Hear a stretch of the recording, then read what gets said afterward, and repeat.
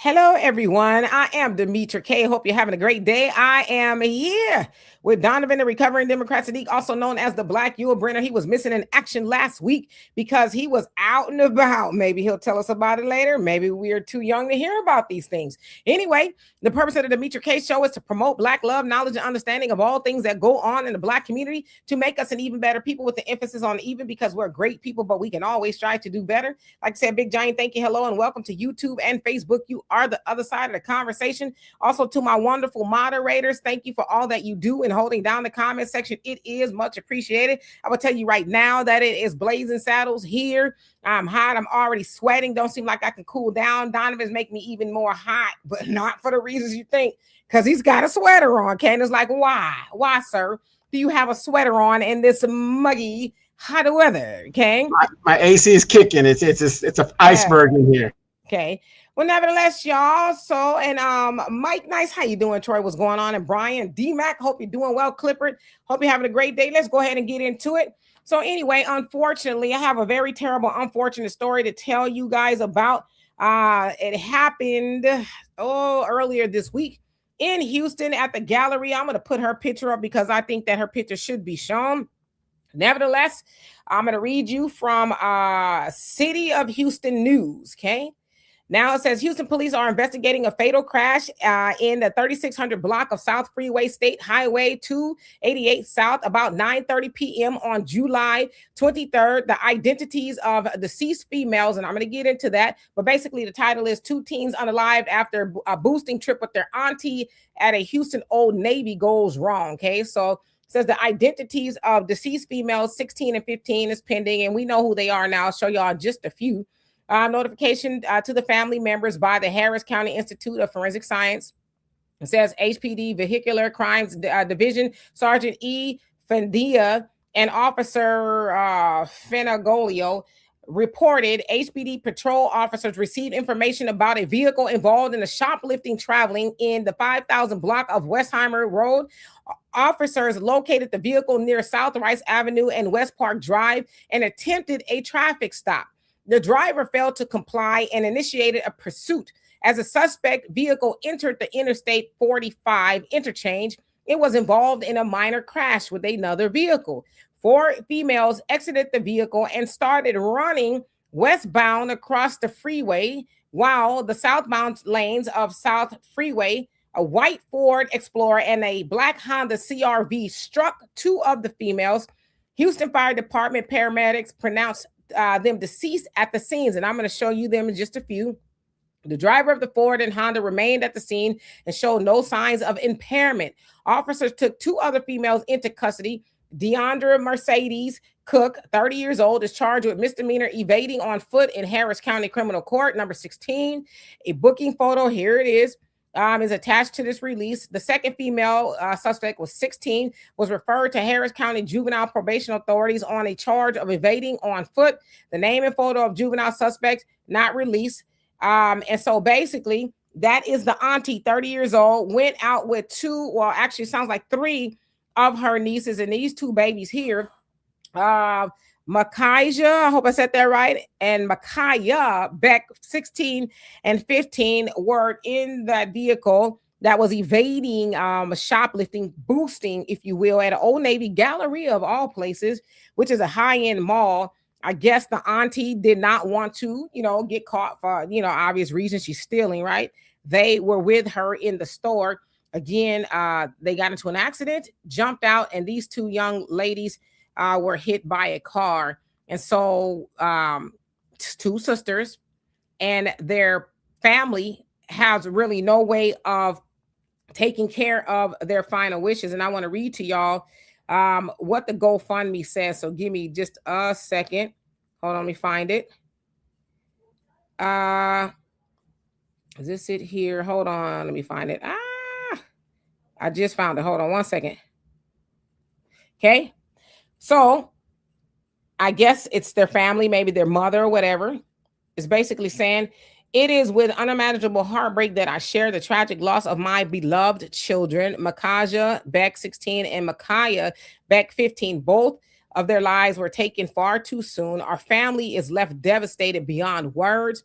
They were full of life, love, and endless potential. They brought so much joy to our lives, and their absence leaves a void that can never be filled. No parent should ever have to endure the pain of losing a child, let alone two. And I am struggling to find the strength to navigate this unimaginable loss. Unfortunately, we are not prepared for this tragedy and do not have life insurance for them. The financial burden of funeral and memorial expenses is overwhelming, and we also need help to bring them back home so we can honor their memories and say our goodbyes. I am reaching out to friends and family and anyone who finds it in their heart to help. Your support will ease some of the stress during this incredible, difficult time. No donation is too small, and if you're able to give, please keep our family in your prayers and share this fundraiser with others. From the bottom of my heart, thank you for your love, support, kindness, and prayers as we navigate this unimaginable loss.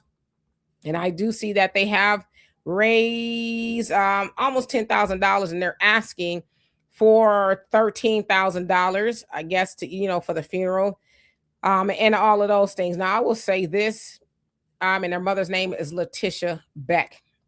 And it sounds like they live in Iowa. Okay, so maybe they were visiting the auntie, or whatever it is. So, which is why they want to bring them home. So, I want to just put this up for a lot of those who don't know what boosting is. Boosting is stealing goods or shoplifting items from a store. Okay, because a lot of people are kind of hearing this term really kind of for the first time with the inception, if you will, of Young Miami's song. It's called Spin That, and she talks about boosting. But I want to say this right off the top. I've seen some narratives, she's glorifying boosting. Even though Young Miami is glorifying boosting, she is not making anybody go out there and boost, okay? Now, normally, if you're a booster, right, from what I understand, if you're a booster, normally you're taking stuff from, a store, whatever, so that you can sell it on the street to, people who, and some people take orders, right? Boosters say, okay, what you got? Or what you want? I want to size this, that, the other. So these people, they go and they take these things. Okay. So now that we've gotten through the technicalities of what happened, I want to say, first of all, my condolences to the Beck family, as I cannot imagine, as the mother said, losing one child, but two children. But I think the elephant in the room must be addressed. And that elephant in the room is that they were with their auntie, an older woman, right? At least by 15, 14 years or so. She's the authority. The other niece was in the car. She was not harmed, but she did go to juvenile hall or whatever it is. They also said that they do not have any direct information as to whether the girls were actually boosting, if they were just with her or whatever it is. But the elephant in the room is that the older woman, I'm going to put her back up here. Okay. And right now she's just being charged with evading or shoplifting. I don't know if anything's going to come down the pipe for her. But the elephant in the room is you're the older woman. You had your baby nieces with you and you took them to commit a crime. You took them to go steal from something. I don't care what it was. It wasn't yours. Okay. And not only did you do that, once you were caught, you did not want to, face the music per se. So you took them on a high-speed chase, it sounds like, got into a freeway, harmed somebody else's vehicles, and then jumped out the car, did not secure your nieces, and they were run over by cars and died on the scene, okay? Now, I've seen all of the narratives about it, calling her everything but a child of God. Something tells me, I don't know if she's still in jail. But when she had a moment to sit down and realize what she did, she'll never, ever forget that her actions led to the unaliving, if you will, of her baby nieces, because she felt like it was better to take the narrow road, right? That's what we hear. The road to hell is not the narrow. The road to hell is wide open. The road to salvation is narrow. She decided, as my father would say, to take the path of least resistance by taking something that did not belong to her. I don't know what she was going to do with it. Now, some people are saying, Navy of all places is, you get 70, 80% off or whatever it is. I don't care what it is. She took her nieces to go commit a crime. Now, something tells me, I'm assuming maybe it's her sister or whoever it is who these children belong to. I'm quite sure she didn't send her children to Houston or whatever to be stealing and then eventually have their lives taken. So this here is a very loaded conversation. I want to have a very respectable conversation about this because as I've been saying lately, and I'm going to keep saying this, we can who ride on everybody else's community. They doing this, the Asians, Hispanics, all this other stuff. But we at some point in time have to have a conversation about what is going on in our own community. Because as the Honorable Elijah Muhammad has said, that the nation can rise no higher than this woman. And I also want to concede that it's not all Black women that are out there doing this, but we have heard about this a lot, you know, this boosting in any city, really, especially, I guess, maybe during the pandemic, and it wasn't just us, right?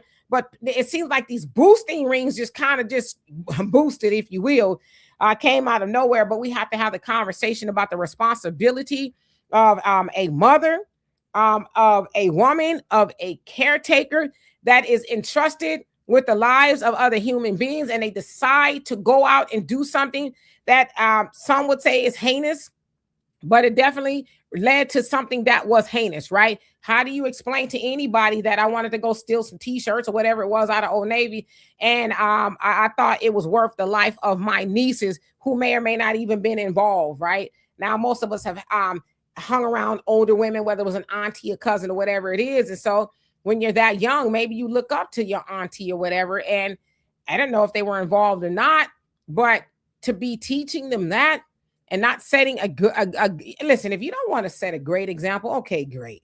But setting a bad one, there's no excuse for that. So I don't want to ride too hard on Deandra, as I'm sure whatever consequences she will face, it will be one for an eternity. She'll never, ever forget. And I'm sure her family will never, ever let her forget that. Instead of acting like a broke so-and-so or stealing and going out and getting it honest or getting a job and somebody say whatever it is. And believe it or not, some people steal just for the thrill of it.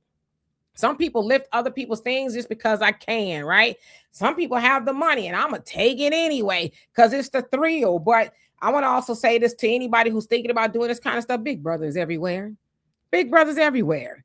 There's nothing you can do nowhere. Okay, I can't even walk outside right now and scratch my head. I was gonna say something else, but I want and not be caught on somebody's Ring camera, an eye in the sky, a Tesla. It's always recording. So there's not a such thing as a perfect crime. Now, again, want to keep in mind that she's 30, old enough to know better. But I want to know from y'all, Donovan, where do we go from here? Like, how do we fix this? And I don't know if it's a culture of boosting or degeneracy. Like, I don't know. I'm lost for words because this is very heartbreaking to know that two beautiful little girls, I'm gonna put them up here one more time so y'all can see them. They'll never age past 16 and 15 due to the silliness of their auntie. Donovan. Yeah, this is another tragic situation within our community that goes on, and it gets highlighted in the news, and then we keep saying, oh my Lord, why? I'm gonna have to agree with you. It doesn't matter what Cardi B or the boosting girl from the City Girls, whatever they say, we are so quick to put the responsibility of what we're supposed to be doing on the government or on somebody else, but we never look at ourselves and say, hey, I screwed that one up. I'm the first, and I can only speak for myself. When I screw up, hey, I screw up. What's for dinner? You know what I mean? It's not that big deal to know, you do it. But we've come to, we're in a society today, and I was talking about this on my podcast a while back. We're in a society today where there's no accountability. Society says you don't have to be accountable. Oh, you're out there having babies with multiple baby daddies, and I'm just using the ladies for this example. There's no consequences to stop it, but you're going to make the consequence on the man. Oh, you're not taking care of your babies? We're going to lock you up.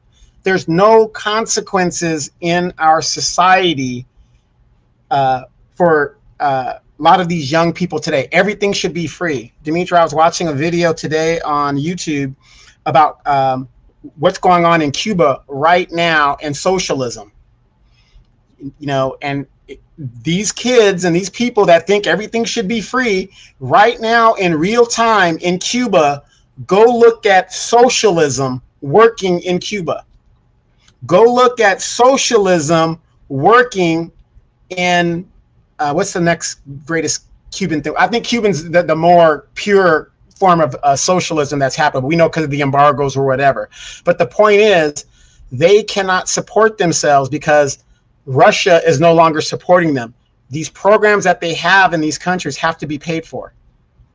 Now, also, we also got to remember, as we delineate, and it doesn't matter what it is, as we delineate from these other groups, you guys are aware they are finding out that FBA, black crime numbers, have gone down significantly since delineation has started taking place. Because before, you got black skin, you're all doing the crime, right? They throw us in one big pool. Now, since delineation, they're saying, wait a minute, that's a Dominican, that's this person, and that's that person. So for our young ladies, and this is my opinion, you don't have to agree with it. Feminism has told you guys a lie. Feminism has told you you are not accountable for anything that you guys do. You guys believe you're equal to this and you're equal to that. There's got to be accountability for what you do. And this lady's getting it right now. The accountability is coming right now. Oh, girl, you don't have to listen to nobody. For those of us that have been married before, when you got married and you wanted to stay out late at night, who did you have to let know you wanted to stay out late at night? Your spouse. When you go to work and they tell you to be there at 7:30 versus your usual time of 8, who are you accountable for? Where in this world are you going to be a grown person and you're not accountable to somebody? But we're giving false narratives to these young people that think there's no accountability to anything that they do. There's no consequences. So what? No big deal. And this is what's happening. And it's very sad because in our community, Demetra, I do not understand it. Why does these parents have not insurance on their children? I bet you those teenagers, and I'm not blaming the teenagers, but I bet you they had a cell phone. I bet you they have cell phones. If you can afford a cell phone, why can't you afford a $10 policy bill to pay for your life insurance policy for things just like this? Oh, the white man. Do you guys realize that 70% of the white man's wealth comes because of life insurance? These people you can't tell me all these white people are rich. Most of their money comes from life insurance. But we got cell phones, we got the latest Jordans, we've got this. Another tragedy in our community, and it's sad. And again, I'm going to call out what I need to call out, and I'm going to land my plane here.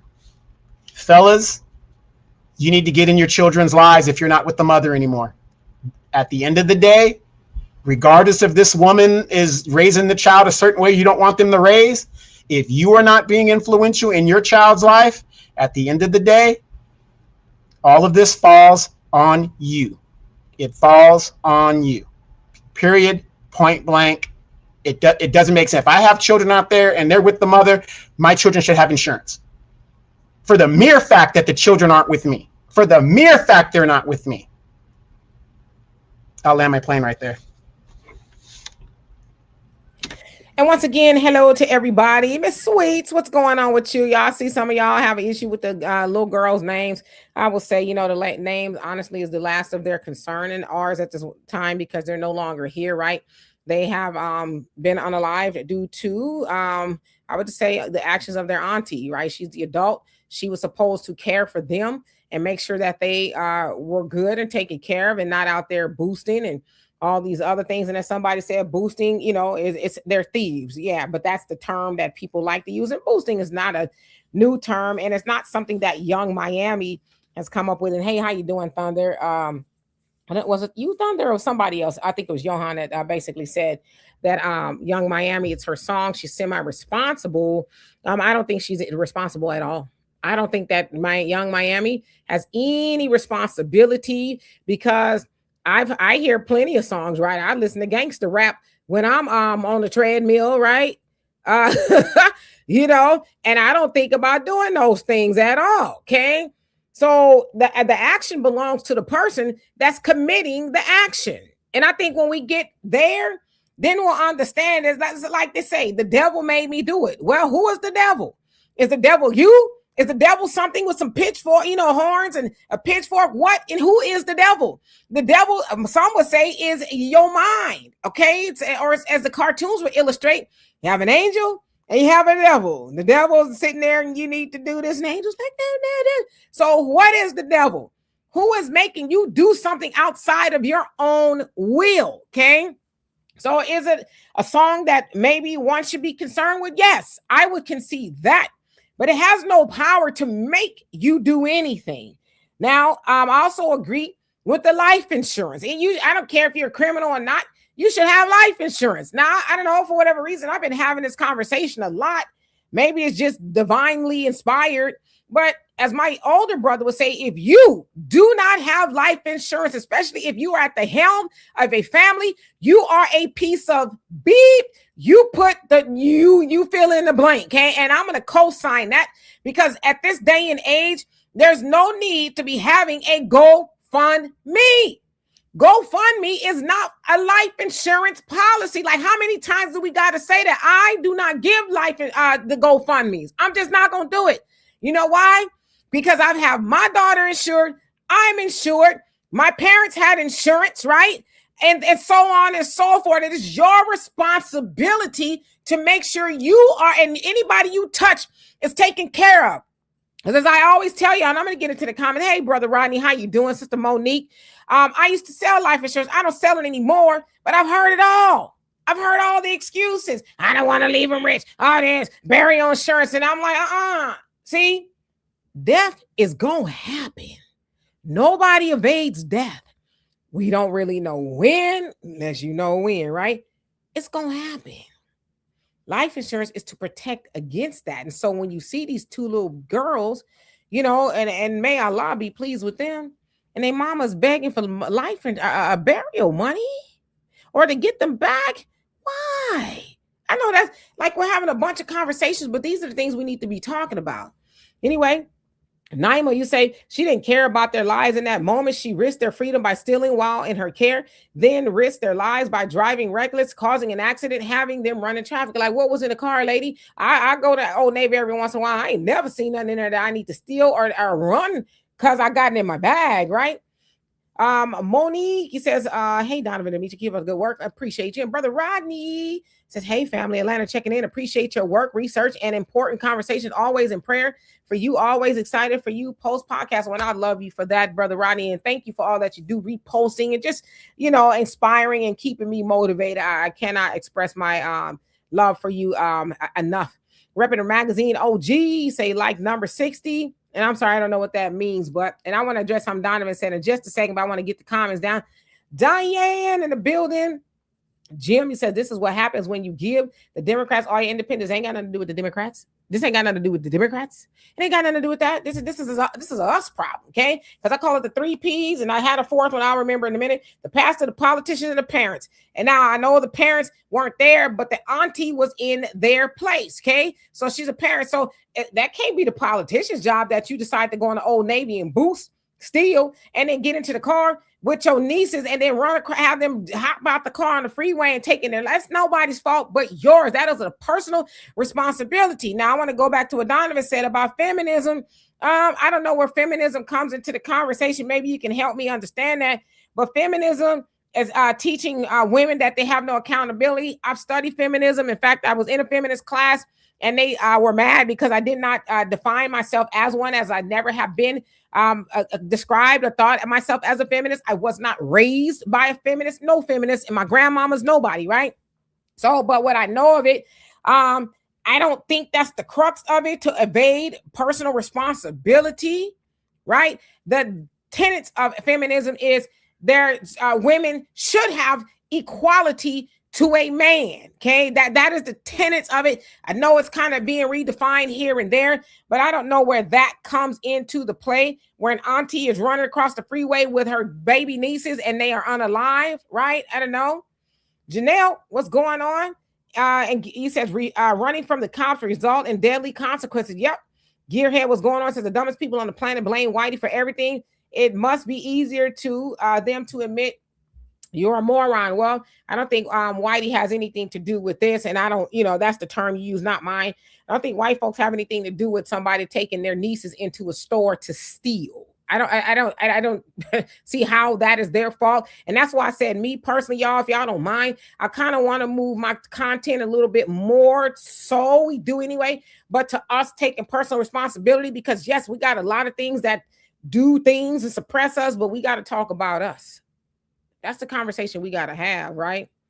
Hey, real quick. I want your opinion on this as well, Dimitri. And if you guys in the comments, please continue. Like I said, I love reading you guys' comments. Dimitri, you have the smartest internet audience on the internet. Russell Hickenbottom says, it's the responsibility of the parent who has custody of the child to provide life insurance and everything else the child needs. I'm going to disagree. Because, again, oh, don't worry about that, honey. I got that handled. Oh, the car note. Oh, I'm paying that. How many of you spouses, be it male or female, supposed to pay the rent? They don't do it. You don't know what kind of spouse you might have and how they do their finances, right? Which is totally different than how I do mine. I disagree with you for the mere fact, ain't nothing wrong with having double insurance on your kids if that's the case. Ain't nothing wrong, because I'm not going to trust, if I'm not with my spouse, I am not going to trust, if I have that type of spouse, that she is going to have insurance on these children if we haven't discussed it, or we've got a joint plan or something like that. It makes no sense that you are going to, well, she's supposed to have it because she's the custodial parent. I'll be damned. I'm going to assume because she's the custodial parent, she's going to have it.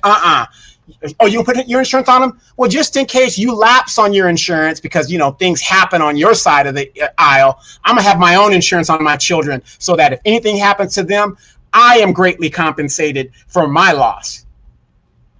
What do you think, Dimitri? Well, I think whoever's responsible for the child, the parent or whatever, make sure that they're insured, because if that child passes away and that there's no insurance on it, regardless of whose responsibility, y'all could both get insurance on the child, right? The mama, the daddy, or whoever, because like I said, I've seen the baby mama, baby daddy fights, when God forbid somebody passes away, whether it's an adult child, the baby mama want to fight with the mama of, her boyfriend or the baby daddy. I'm talking about what a mama, we're seeing this right now with Malcolm Jamal Warner. Yes, we're seeing that. And I shook my head when I saw it, but the Malcolm Jamal Warner's widow is trying to sue the mama because the mama has a family trust, but the money, I guess, that he left in his estate, she says is not going to cover the debt. There are certain things he was supposed to do, like get a life insurance policy. He never did, or he didn't maintain it, fund an IRA. And I give her $5,000 a month for his chief of staff or something like that. So there's a lot of things he didn't do. So she is going after the Warner estate that they probably had forever. So it's everybody's responsibility to make sure that, whoever may pass away and you're responsible for, to make sure that you're protecting against such, an unfortunate event. I don't know. Like I said, I'll continue to have a conversation about life insurance, but sometimes it gets tiring because it's like we pay for a lot of things. But as my daddy would say, we buy what we want and beg for what we need, and not paying for a life insurance policy and then sticking out your hat via that of a GoFundMe is begging for what you need, right? Why should I be responsible for helping you bury your loved one when I know damn well 400 life insurance agents called you, sent you a mailer, knocked on the door, they did something, and you said, I'm good. That's a bill. I don't want to leave them rich. And well, why I'm gonna be dead? Why I'm a work? I've heard it all. And it's like, all right. So, Janelle says folks are seeing thieves walk out the door with no consequences. Welcome to California.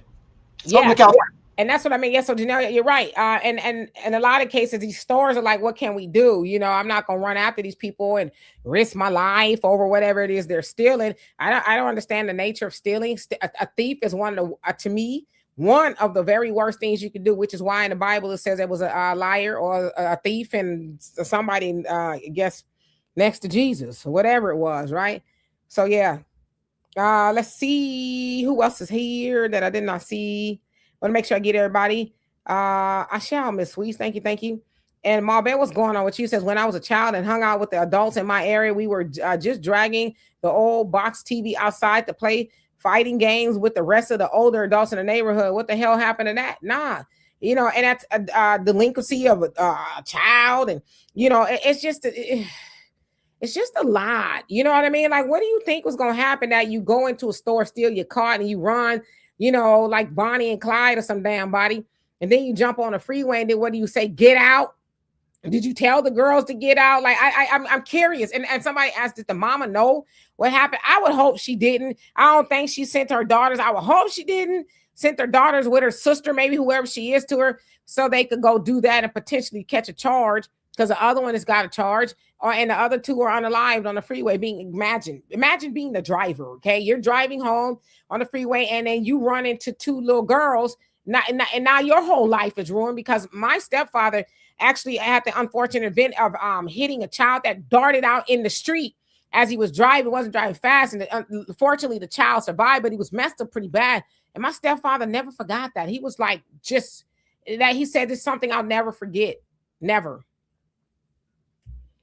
Matt, what's going on? Says, wow, they didn't know the summer break trip to their aunt's house will be their last. Yeah, you know what I'm saying? So hey, and if you guys are interested, if you guys are ever interested, go look at the statistics and some of the cases in your county, or go to a major city and pull up the cases of young Black women and what they are being, there's a rise, one of the highest groups in the United States. Remember, I have a degree in social and whatever degree.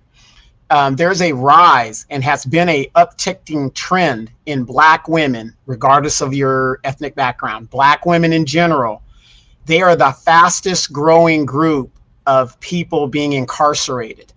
And if you go look at some of the reasons they are getting into the justice system, you will be shocked. These people are being incarcerated for theft of weave, theft of nail stuff, theft of shoes. I mean, just, you know, really petty crimes that go on their thing, and then it escalates to whatever felony, 3 strikes, whatever the states have. But Black women are the right now trending as one of the highest groups of people in the prison, not prison, but the justice system. Al, you said we should do a show strictly about life insurance and money. We can. I just think, I mean, I'll do it. I don't know, like I said, for the last 2 weeks, I've been talking about it for some reason. Unfortunately, people aren't really interested. Not y'all, right? But a lot of people aren't really interested in talking about that. People are more interested about life insurance when they need it and they don't have it, right? I can't tell you the times that people have called me wanting life insurance when somebody is on life support. Is like, that's not how that works, you know? Because, like, for sure they're gonna die, and the insurance company is like, well, yeah, sure, we'll go ahead and insure that person. How long they got? 5 minutes? Yeah, sure.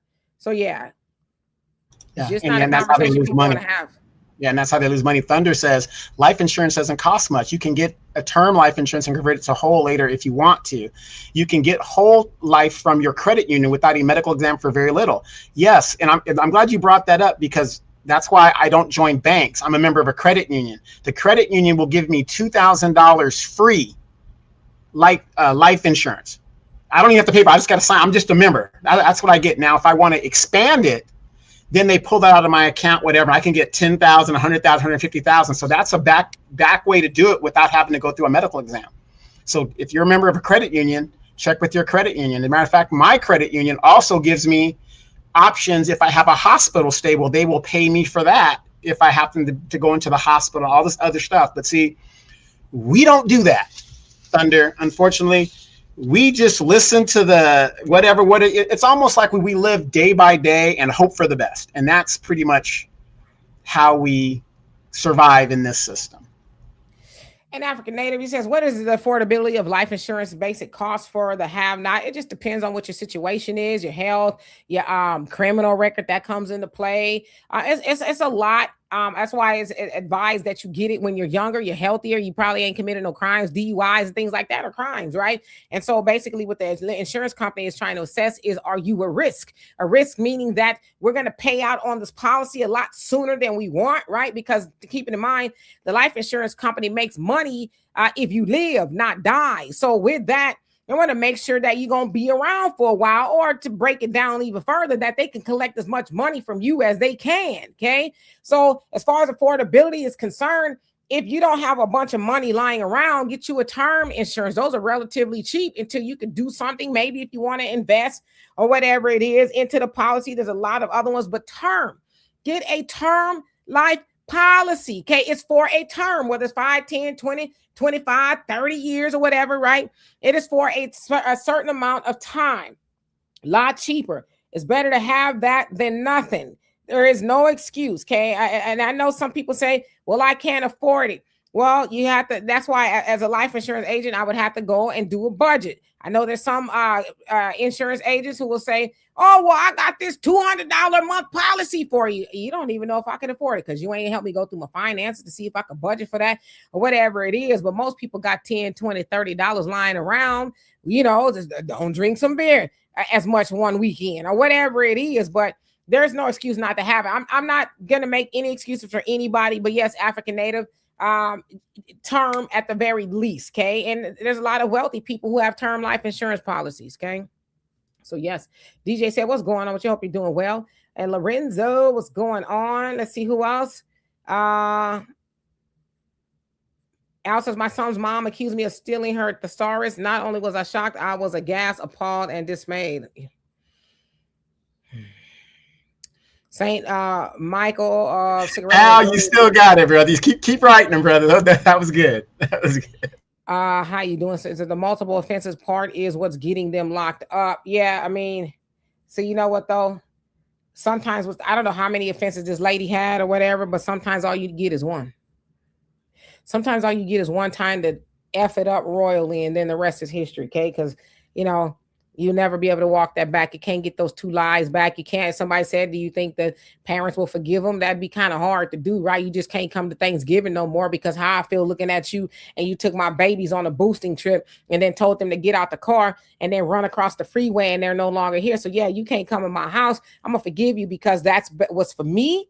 But as far as ever forgetting that you was such a dumbass to where you was I got a lot of words. I'm trying to really restrain myself because some things just don't make no sense to me, okay? Stealing things that do not belong to you. Like imagine the mentality to walk in somebody's store and take something that's not yours. And they say, hey, stop, because that's usually what we see, right? Stop, it's not yours. And then some employee might try to grab the merchandise from you or whatever, and you gonna fight them, you still grabbing it, and then you run off and getting it. Like, what is wrong with you? What is wrong with you? Where you gonna go and take some that don't belong to you? Maybe because I don't live in that alleyway, but I don't understand that lifestyle. And one thing I always tell people, and I've learned a long time ago, when you take something that's not yours, you are inviting a curse into your life. You don't know what you're stealing, right? You don't know where that thing has been, or just the fact that you took something that's not yours and you're gonna put it on your body. You don't know what you're doing. You're cursing yourself. It's evil. You have obtained something in an ill manner, causing distress and somebody to be distraught because they no longer have the thing that you took and you think that's okay.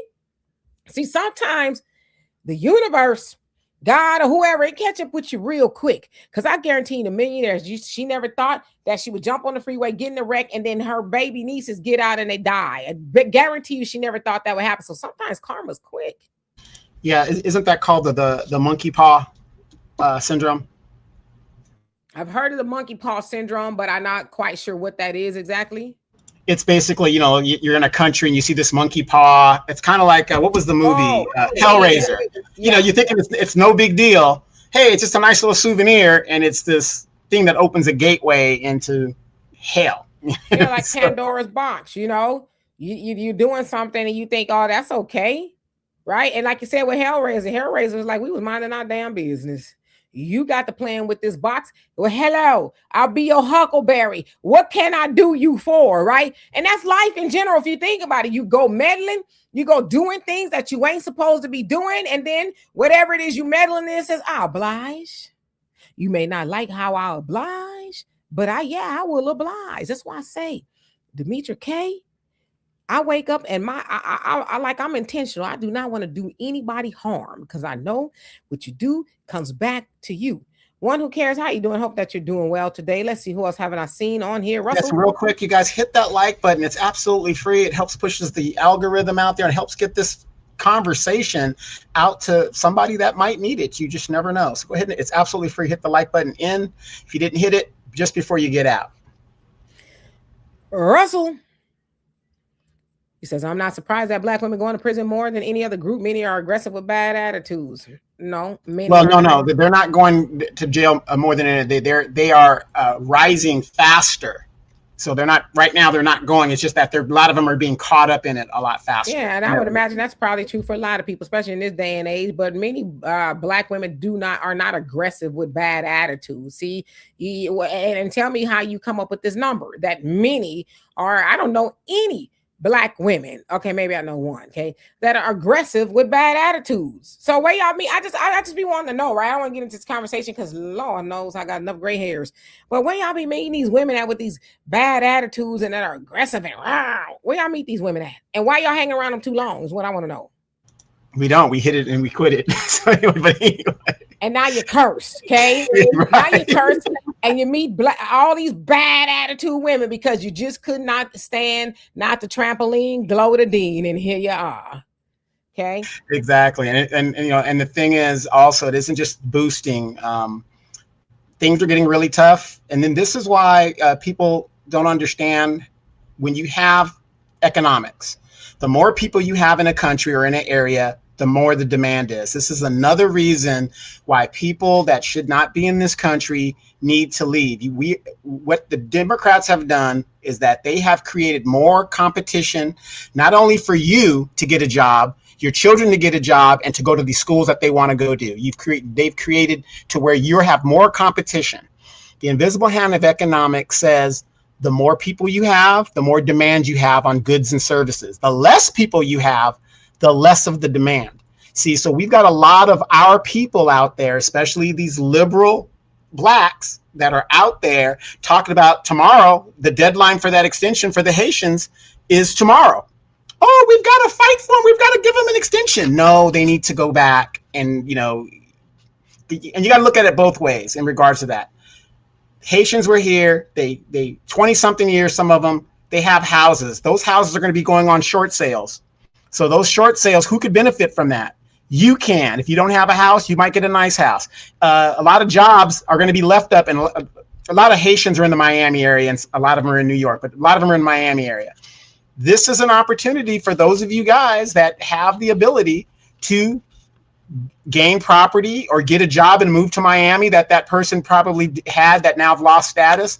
So you got to look at it in two ways of what is going on. But the rise of black women, it isn't just stealing and all this other stuff. Because economics in this country is so bad, you guys got to admit, America is broke. We are literally broke taking care of other people.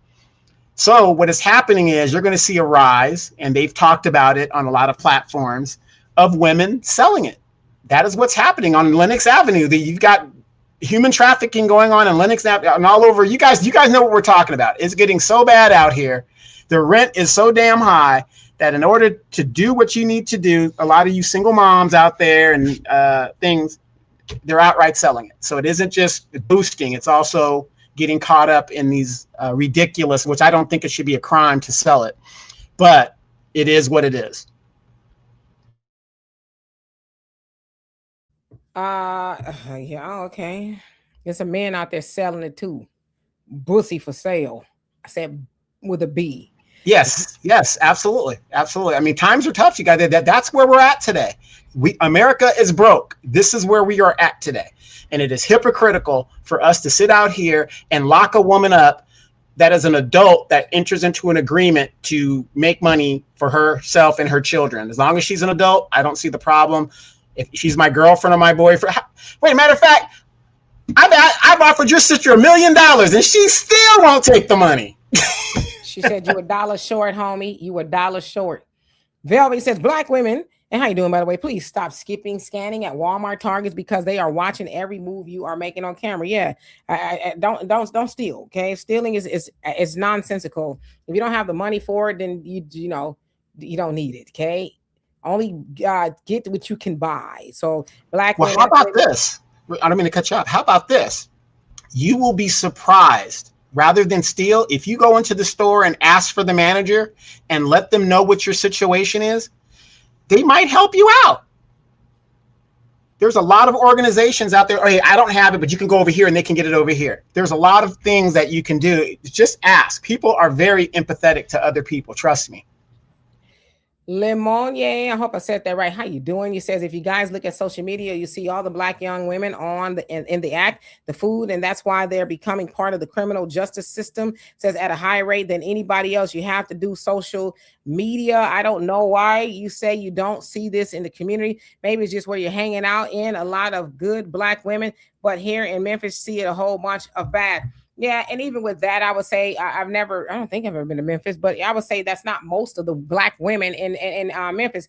And you said something about social media, and I always tell people too, as a young people, say get out there and touch some grass. And I'm not saying this about you, Mr. Hinton. I'm not saying this about you at all, but we got to touch grass. See, the problem with us now is we live on the internet, and we think our whole world is the internet. We think everything that's happening in the world is happening on the internet. It is not.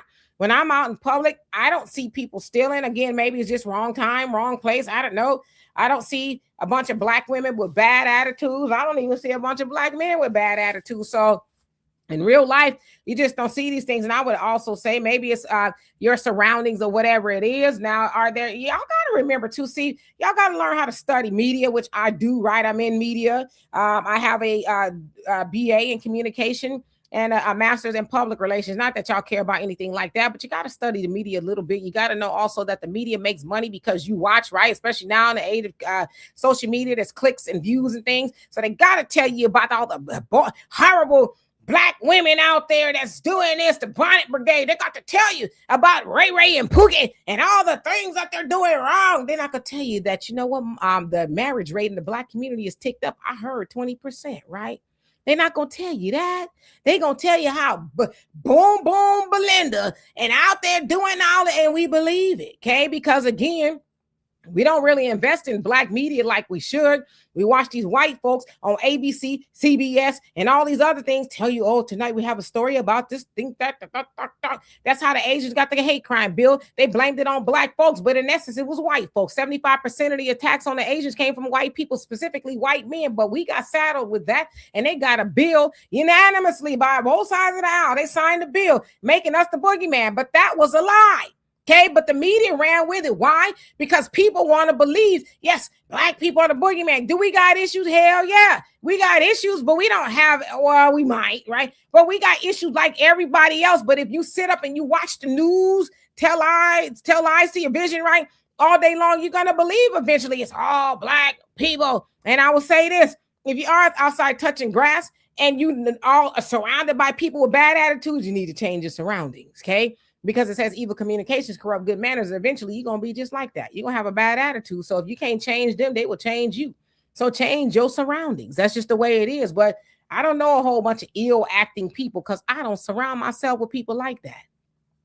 So I hope that helps, dear brother. Hey, real quick, King Norris is in the chat, which is really good. And Empress Wright is also in the chat. So we got to give acknowledgement. And then for those of you guys that have been rocking with us for a long time, King Norris has been with us almost from the beginning. So King Norris. Yeah. And Del Monte Green Bean, Sister Shirley, what's going on with you? Lady D says single moms I know going to work. Yeah. So I'm like, what we talking about? Most of single moms I know work. Right, I know there's, but again, y'all gotta let me keep it real with y'all. This is where we gotta have a come to Jesus moment, Buddha, whoever you bow down to. I don't know. Some of us want to believe that black folks are degenerate, that some of us really want to believe that. You know why? Because we got self-hate. We hate our own people. And you know, you could be black and be anti-black. Did you know you could be a black American and be anti-black American? Did you know that?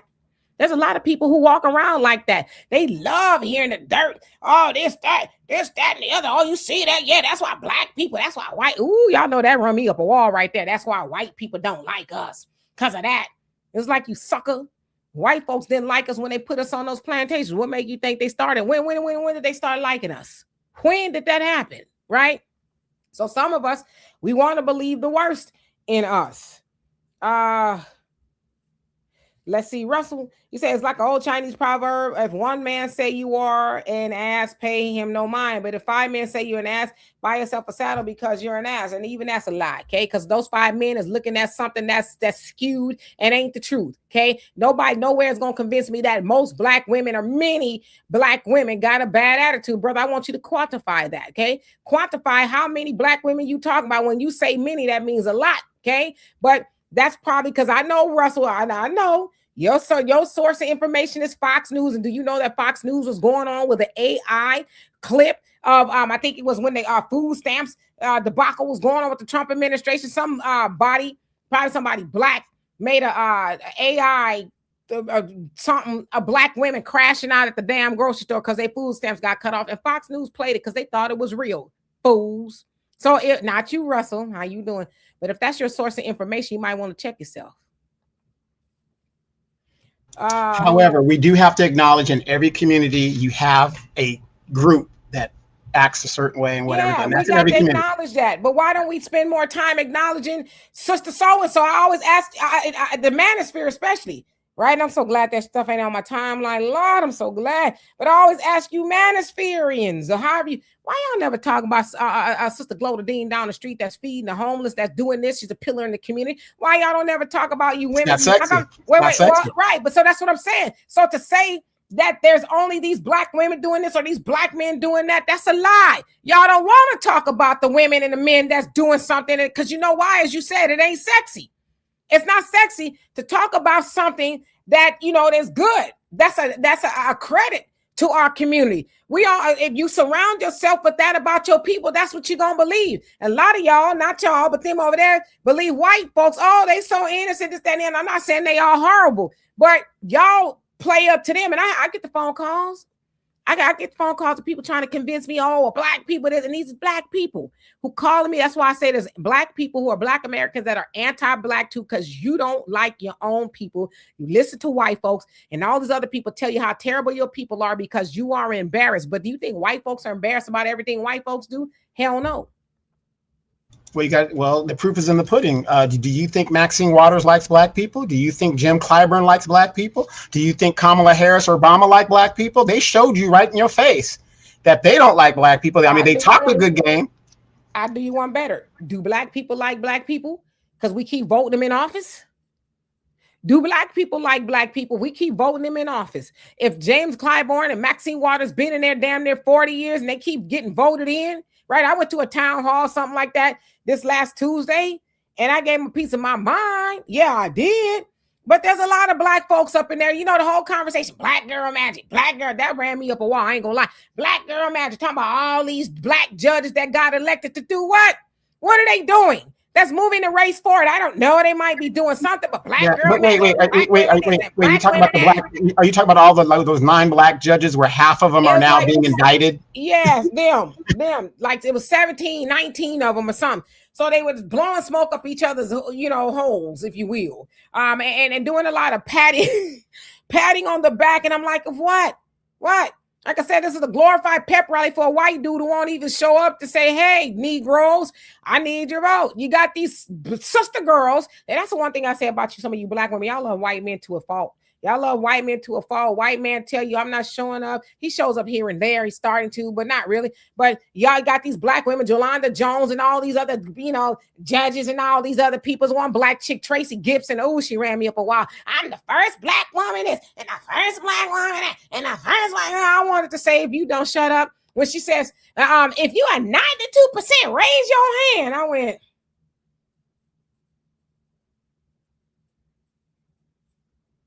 so back to my original, to your question. Do black people love black people if you keep voting for this foolishness?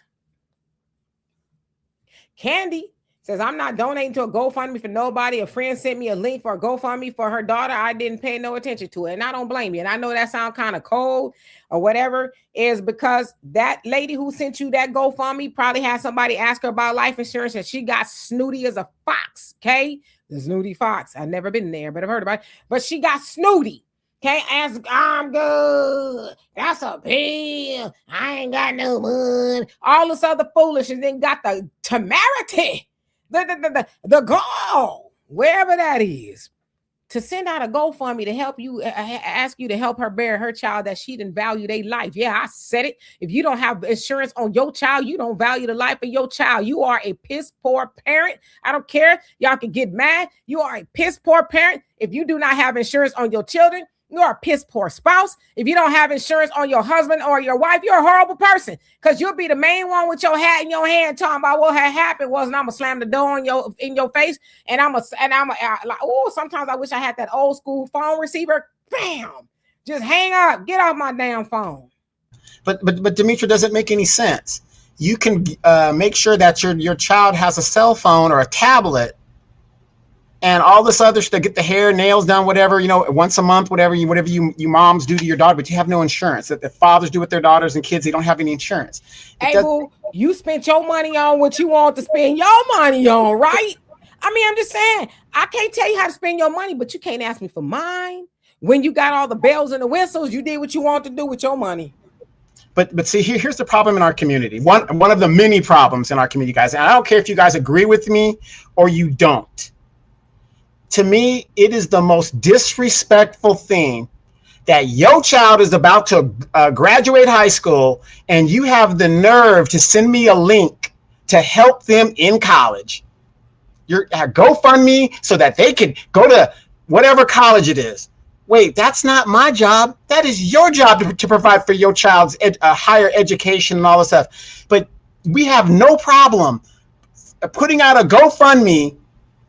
So, I mean, okay, I'm kind of confused here. Maybe Norris or Empress Wright could tell me, Demetra, maybe you can tell me, when is it other people's responsibility to make sure your children have parties and opportunities and things like that? Aren't you working? What were you doing from the time this child was born until the child is 18, 19, about to go, and then you want to ask me, if you want to join, whenever I get those guys, I'm gonna be honest, whenever I get them, I come from a very big family. I want you to imagine, whenever I get those links, I totally ignore them because, and it's not just because, but the fact of the matter is, it is not my responsibility. And I would never, ever do that to any of my family members. But see, in our community, they've got these mechanisms out here where it's online begging. It's just another way to beg for what you need, without the shame. Okay, I just put this up here and whoever, contributes. Demetra, you said that this young lady has raised about $10,000 so far the last time you checked? About that. How much does it cost? The average burial cost? Is $10,000 going to be enough to bury a person in today's modern world? I mean, maybe they're going to cremate them, but they got to move the bodies. And it's expensive to move not just one, but two bodies, right? It's expensive. So that $13,000 is really a drop in the bucket compared to what they'll need, probably really just to move the bodies from state to state, And I don't think people really think about those things. You could die somewhere else, Life insurance policy can give to the funeral home in good faith. They say, you got insurance? Yeah, here's the numbers, active. Okay, bam, we can go from there because they know they're going to get their money, right? But yeah, people don't think about those things. Anything can happen. Life is not promised to nobody. But as far as donating to people's parties, if people ask me for something like that, I don't mind, right? People go off to college, they need some help, and they need, they got a list or something they want you to help buy. I don't mind, because I know college is expensive. I got, 3 nieces, nephews that are in college, and I try to send them some money from time to time, and things that they need or whatever. I have never seen a culture GoFundMe site to go to college to help with college expense. I've never seen it. You never will, because they got family, right? They got family to help them with that. And that's what family is for. I know that's a weird concept to a lot of people nowadays. My baby says, I saved up enough money for my own cremation in case of something happens to me. I told my brother that I don't want a funeral because it won't be there to care. And I don't want anyone standing over me. Yeah. And those are your final wishes that you are preparing for. A lot of people don't want, well, like you said, you won't be there to care.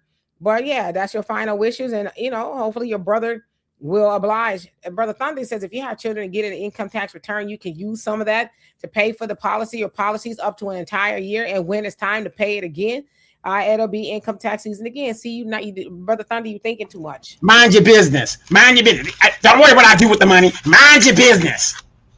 These women are getting all these tax breaks, and I'm not just blaming the women. I'm just the fact of the matter is they're getting these tax breaks, and they cannot account for the damn money. There is no reason why you should not have life insurance. What Demetra? What I'm gonna speak on one of the policies that I'm paying for myself. One of my policies costs me $30 a month. How much is that a day on average? That's $1 a day I'm paying. But yet these parents get all this money incentivized in taxes, and then something happens to the child and they can't account for the damn money. That is why, as a parent, I am not going to leave all that responsibility onto the other parent. Matter of fact, I don't even have to tell her that I put insurance on my children. I will put the insurance, and if something does happen, bam, here it is. I anticipated this. Here, we got this to work with. You see what I'm saying?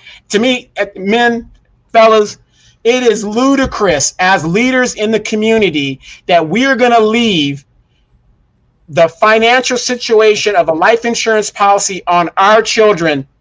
And nothing against the ladies. It's just machismo. I guess that's what it is. I'm not going to leave that burden on her. My children are going to be covered because I'm their daddy. Well, that's what I'm talking about. Okay. African Native, he says, I pay tuition for many of my relatives to study overseas. Many have graduated and have wives and kids today. I was single with no kids doing that, and I still support today others. There you go. I'm the same way. Yeah, absolutely. Yeah. I'm the same way because I know it's hard. College ain't what it was when we was going, right? $3 a unit and stuff. When we went to college, RCC was $11 a unit when we went. And then we still didn't go. But still, yeah, so African Native, I totally agree with you. I'm the same way. You know, if you need something and I got it, you got it. Okay. So, yeah, like I said, I got a few nieces and nephews that are in college. Right. But then again, African Native being, you know, somebody from the continent, you guys have a different mindset as rather than FBAs where I'm not saying, you know, we don't have it. We do have it, but you guys have a stronger tribe mentality type thing. So it's you know, put it like this. I know my family. Some people in my family, no, I ain't doing that. I ain't doing it. I'm throwing money out the window. Yeah, and Black Americans have it too. You know, we do. We a lot of our problem is you know, sometimes we don't have the money. But yeah, I have a very tight knit family. So we do those things.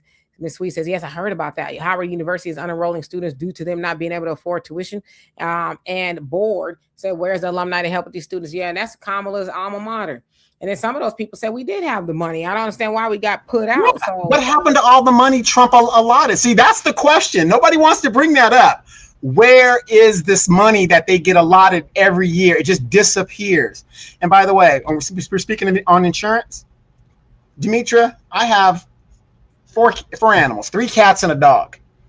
You guys, I spend almost $300 a month on pet insurance. And that's because 3 of my pets are older. The older they get, the more insurance costs. I got insurance on my pets because I remember my cat, George, he was a young cat, feral. I spent $20,000 up front. I had to pay. And, you know, he ended up dying like a couple of weeks later, but gave him the best I could give him, right? I got 90% of that back. 90%. So it just doesn't make any sense to me why you wouldn't have at least, like Demetra has suggested and other people in the chat have suggested, term insurance. I have one of my policies, term insurance, that's going to term out when I turn 70. Now, I don't know if I could renew it at that because, you know, that's when they think you're a little older and you're probably not going to make it. But the point is, I have that, at least get that. At least get that, you guys. Yeah, and Donovan, I would tell y'all now, right now, if y'all having issues paying for health insurance, just die and come back as a pet, and then go and to his front porch, he'll take you in. Donovan, boy, them pets are lucky. I'm like, man, maybe I should reincarnate to a black cat or something. But yeah, Donovan does care for pets. Insurance, and they have their own credit cards. Okay, because he's like, I don't want to leave my pets with nobody if while I'm gone, and they make a decision like, well, I ain't got that kind of money. I'd gone and put them down. Right. If somebody had to make a decision on my animals and I'm not there, hey, the first thing they ask is for the money. Hey, here's the credit card. Just do what you got to do. So talk about why I didn't have the money. I told them to put them to sleep. I didn't know they was gonna put him to sleep forever though. I told him to put him to sleep until he get back. You can wake him up. see, and the thing is though, with the insurance, I know not just the animal, just insurance in general, you know that your lifestyle or your family's lifestyle will not be disrupted. That's the whole point of it. They maintain the lifestyle that they're used to based on that insurance. To me, Demetri, I'm serious. To me, it should be a crime not to have insurance on your children. Somebody said in the chat, I'm not sure if it was Thunder. The courts mandate that you have health insurance on your children. Why wouldn't they mandate you have life insurance? Yeah, you would think they would. I know, it's not an expense that people want to have, but damn. It's somebody say, well, in order to put mom in the ground, you're going to need a good 12G. What? How much for a cardboard box? And even that, a cardboard box is a couple thousand. Yeah. Thunder said, DK and Don, remember when Deion Sanders was at HBCU and he even said money was coming up missing? Yeah, that, and he was spending money out of his own pocket. It was just a lot. So yeah, they gonna need somebody to get in there and see what's going on. But y'all unenrolling children, who are looking forward to going to college, and they get there, or time to go back to school, and they're like, yeah, no, we unenrolled you. That's jacked up. Well, let me ask you this, Demetri. You have some HBCU folks around you and stuff like that. I went to Embry-Riddle, the Howard of University of Aviation. But we all know a lot of these students that are going to these HBCUs, to me, I don't understand why a PWI isn't just as good. If you went to Ohio State or something, I mean, to me, it's just as good. But anyway, we know that a lot of them are on scholarships and they're waiting for the federal grants to kick in and stuff. That doesn't happen until like they actually start school in some situations. I've been to college several times. I didn't get a lot of grants from it because I was working in the military. But we all know that. Why doesn't these HBCUs know that a lot of their Black enrolled students, not all of them, but a lot of them, are dependent on financial aid that doesn't start until the fall? So why would you hem them up in the summertime? It just doesn't make sense to me when they know the federal aid doesn't start until the fall. Yeah, it don't make sense. It's something crazy going on. Natalie, how you doing? It says Globe Life rather has insurance for your children and adults. That's very affordable. The children insurance by unit is usually by the age that they are when you purchase a policy. If you know for a fact it pays out. He says, I know rather for a fact that it pays out. I had a small burial policy on my parents. It paid off when I buried my parents. Yeah. And that's the other thing too, Natalie. I think a lot of people have an issue with life insurance. Oh, life insurance is a scam. Oh, this, that, and the other. It's like, you got to realize life insurance companies wouldn't be around if they're taking people's money and not honoring things. Usually maybe sometimes people have an issue with the life insurance agent who maybe wasn't above board or was doing something, crazy, some chicanery or whatever it is. But for the most part, the insurance company, they're regulated. They have to do certain things. Now, again, like I said, some agents might be, doing something they ain't supposed to be doing. But yeah, life insurance company will pay out if you have the policy current, right? It hasn't lapsed. Even then, you usually get about 30 days. They'll call you. Trust me, I was on the other end of that. Hello, Mrs. Johnson. Your policy is about to lapse. You got about, another day or two. Oh, I'm going to make a payment. And then Miss Johnson died and her kids called talking about, well, I'm just trying to check on my mama policy. Oh, yeah, your mama lapped the policy. And then this is what happens. Oh, this is a scam. Oh, y'all just took my mama money. And it's like, well, your mom has to pay the premium. And if she doesn't pay it in the 30 days grace period lapses, then the policy is no longer in effect. That's how, but she been paying. I know she's been paying, but that's kind of how insurance works. You got to keep paying the premium, right? You don't need to pay it no more. And that's not even to talk about that. Again, since we're talking about all this insurance, come on, you got car insurance you got to have. You can't even, I don't know about other states. I know in California, if you're We got a lot of people riding dirty here, but that's because they come from other countries. But a lot of people ride dirty. You got to have car insurance to register your car. You got to have that. House insurance. Black women are the biggest group of people buying homes and losing homes on both sides of the article. That's true. You got to have insurance for these homes to get that bank loan, right? There's insurance in dental insurance. I mean, you got to have insurance for everything you're doing now. It just doesn't make sense to me. And again, back to these poor young people, and it's really bad in our community to where we can't even go to the church anymore, to the benevolent fund, and get help to bury these. And you want to know why we can't go to the church? A lot of us can't go to the church because we're not in the church. It's very sad. Hell, even if you're in the church, you've been hearing about people, mamas can't be buried there unless they pay the pastor something and all this other foolishness. Grandmama been going to the church since, Jesus was there as well. And then they tell her, oh, no, well, your grandmama your grandmama stopped paying the tithes about 6 months ago. See, that's when they think Jesus turned over some tables. I turned over more than some tables up in there. He talking about my grandmama can't be buried up in here, and if she got to pay.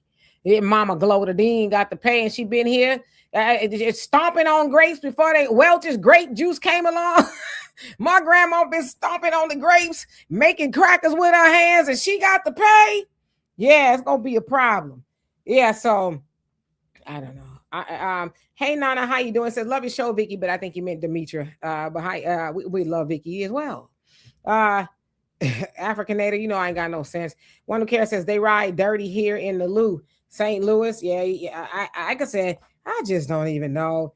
Like insurance is something we all got to pay for. Wouldn't it be nice if you could say, like back in the Westerns, right? That's why they call a living room, because you used to be able to have a wake, right? It's kind of play on words. But when somebody died, you stand them up or in a casket in the living room, right? People walk by, oh, she wasn't mean, oh, whatever it was, right? Back in the Westerns. But then you got things called regulation where you can't just back the station wagon up to the funeral home or the morgue and saying, we're ready to pick up mama. Okay, we're going to bury her in the backyard. We got a spot there for her next to the cat. They're like, nah, you got to do some things. You can't just, because we don't know what you're going to do with the body, right? We need to make sure mama is taken care of, so you can't do that. Yeah, then you got to worry about, like, was she murdered? They got to do the autopsy. They got to make sure there was no foul play involved. Because some people get buried really quick under suspicious circumstances. Right. Mom, yeah, she died at the house, but you ain't got to come get her. Don't you worry. Yes, my husband, he's no longer with us. Don't worry, we're going to bury him. They were like, well, ma'am, we got to check on him, make sure he's okay. They show up. He got a frying pan dent in his top of his head. Pow. Don't worry about that. It was natural causes. I got tired of his natural black.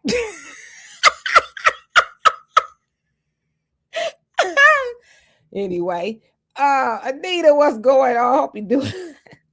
Hope you're doing well. Al says Louisiana pastor Dale Bronner went to jail for stealing $340,000 for his church, and he should be going there. That's where he should be. And no worries, Nana. I knew you meant me. I was just joking with you. Yeah, but Demetra, in all seriousness, with this situation with our young adults that are now, let's just face it, our parents' generation, they're kind of checking out of here. Our generation is now the elder generation in excess of them. What are we teaching our children's generation? I mean, how do we move forward from this type of foolishness and this unnecessary loss of life, especially among our young women? Like I said, because like you said, the community is centered around the women. The women are the most influential group of people within a community. And you've got this young lady who thought it was no problem to go with her nieces and boost and do whatever she's doing. I mean, what do we do at this point? Timothy, how you doing? He says, do you wrong for the death jokes? I know. My mom used to always say, people are always dying to get into the cemetery. Anyway, but yes, I my daughter, I have to credit her with this. She always talks about natural selection. Natural selection, for the way I understand it, the way she described it to me, is there's just some people, hey, Sister Sunlight, how you doing? There's just some people who do things to help get themselves out of here, you know, like bungee jumping, a tightrope walking over Niagara Falls, or whatever it is, I don't know. And some people just ain't gonna make it. And we have to be okay with that. Okay, you're given the knowledge and things of, hey, you might not want to stick a fork in the socket. So if you stick a fork in the socket and then you go up to glory or down below, then you wanted that. What can we do? Okay, that's called natural selection. So sometimes, as the Honorable Elijah Muhammad said, you gotta think right 5 times before you speak. I've seen, and I've even said, then Nuri Muhammad, think 5 times before you speak, before you act, right? Just all those things. So I would imagine if you're thinking about going to boost out of an Old Navy or wherever, you might want to think about those things. Might I get caught? If I get caught, am I going to go to jail? I always ask people to think about, what's it going to cost me? What's it going to cost me if I go into Old Navy and I boost with my nieces? Are we going to get caught? Are we going to go to jail? Are we going to have a charge? Am I going to mess up my life? Maybe I want to get a job and then this boosting charge comes up. I can never work in the field of financing, dealing with any money, nothing like that, because that's going to come up, right? I'm a thief. Am I going to ruin life for my nieces?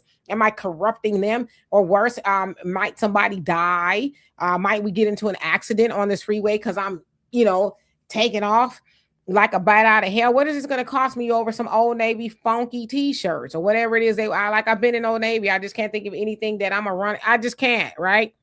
So I think we have to be all right with it. If you know better and you don't do better, what can you do? Yeah, Johanna, yeah, we got to count the cost, charge it to the game. What can you really do? Like, if some people's minds you just can't change. Can we concede that there's some people's minds, which Marcus Garvey said when we were going back to Liberia, not us, but our people, right? We were all gonna, he was trying to unite the diaspora, get away from these people. He says there are some people, black people, Negroes, that are no good here, and they will be no good when we go. So some people have to be left behind. So we just got to be all right with that. There's, you got good wisdom. Most of us got a mama, grandmama, granddaddy, daddy, somebody, uncle, a pastor, somebody has imparted. Donovan, you've been in the military for 1,000 years. You know people who gave you good advice and wisdom. So we can't really say, right, well, I didn't know better. I didn't know. Why you didn't know? You didn't want to know, okay? So when somebody says, hey, you might want to live an upright life, the road to salvation is narrow, the road to hell is wide. Most people on the road to hell, which basically means a lot more people are doing bad than people are doing good. So the road that are people doing good doesn't need to be that wide. But as they say too, y'all gonna bust hell wide open. So there's some people who are just hell bent on, no pun intended, busting hell wide open. So what can you really do? Donovan, you give your children good advice and your nieces and nephews. If they take it, they take it. I give my daughter, niece, and nephews, and the people that'll listen to me good advice. If we take it, we take it. If you don't, then you go do the voodoo you do so well, okay? And you deal with the cards that you deal yourself. We know there's a lot of people in prison who said, damn, had I only listened. Donovan, you spent some time going to visit a young lady who, just, it was sad, right? And you would tell me the stories. I wouldn't go with you, but you would tell me how you knew her. Right. And she was upstanding. She was one of my young troops, in the wrong place. Go ahead and tell the story. Yeah, I'm sitting at home. Of course, I've been here forever. Home of record, whatever it is. And I get this letter from this troop. And I had a lot of troops. I really couldn't remember this particular person.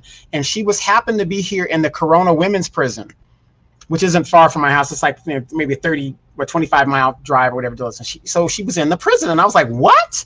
And so she asked me to come visit her, and I came to go visit her, and I couldn't believe it. This girl hadn't been out of the military not even 3 years. And I vaguely remembered her because we would give them, of course, the basic briefing. What are you going to do when you get out, blah, blah. And we always try to tell people, if you join the military because you want to get out of a bad situation where you came from, why the hell would you go back there after your time? But people do, right? Familiarity is what it is. So the girl was in there, and she told me the story of she was in love with her boyfriend, and she was in the car, and they were riding up in Northern California, Vallejo, and shit went left real quick, and she spent, I think it was 6 years in prison, something like that. It was like she was about to get out. So I think she did a little bit longer than that. Yeah, it was at least 6. I know she was in there for a minute, and yeah, her prime years gone. For this dude that she was, whatever, and it's sad because you think about it. From what she told me, she was just in the car, and somebody got hurt and killed, and in the robbery of a Circle K, and it just ruined her life. It ruined her life. And think about this: as a veteran, she lost her benefits. How many of you veterans know that if you are involved in a felony, you could lose your benefits? Scary. That's why, too, in closing, I'm going to say this. I always tell people there's a book by Sister Soldier called The Coldest Winter Ever. I think you should have your daughters read the book. I have my daughter, my niece, she never finished it, but, I've given that book to so many people, and I've told them to read it, and it's a page turner. Most people I know that read the book read it in a couple of days. That's just how well the book is written. But The Coldest Winter Ever, I won't give it away, is about a girl named Winter. She's about 15, 16, and the rest is history. But I say it's very graphic. I will say that, but I think it's just graphic enough for young teenage girls to read it and get the gist of, see, only in the movies do people get to ride off into the sunset. Yes, Lady D is a great book. Ride off into the sunset. It's just, Miss Sweet, you say it's your favorite book. Ride off into the sunset and everything's honky-dory, right? But in real life, that's not how it works.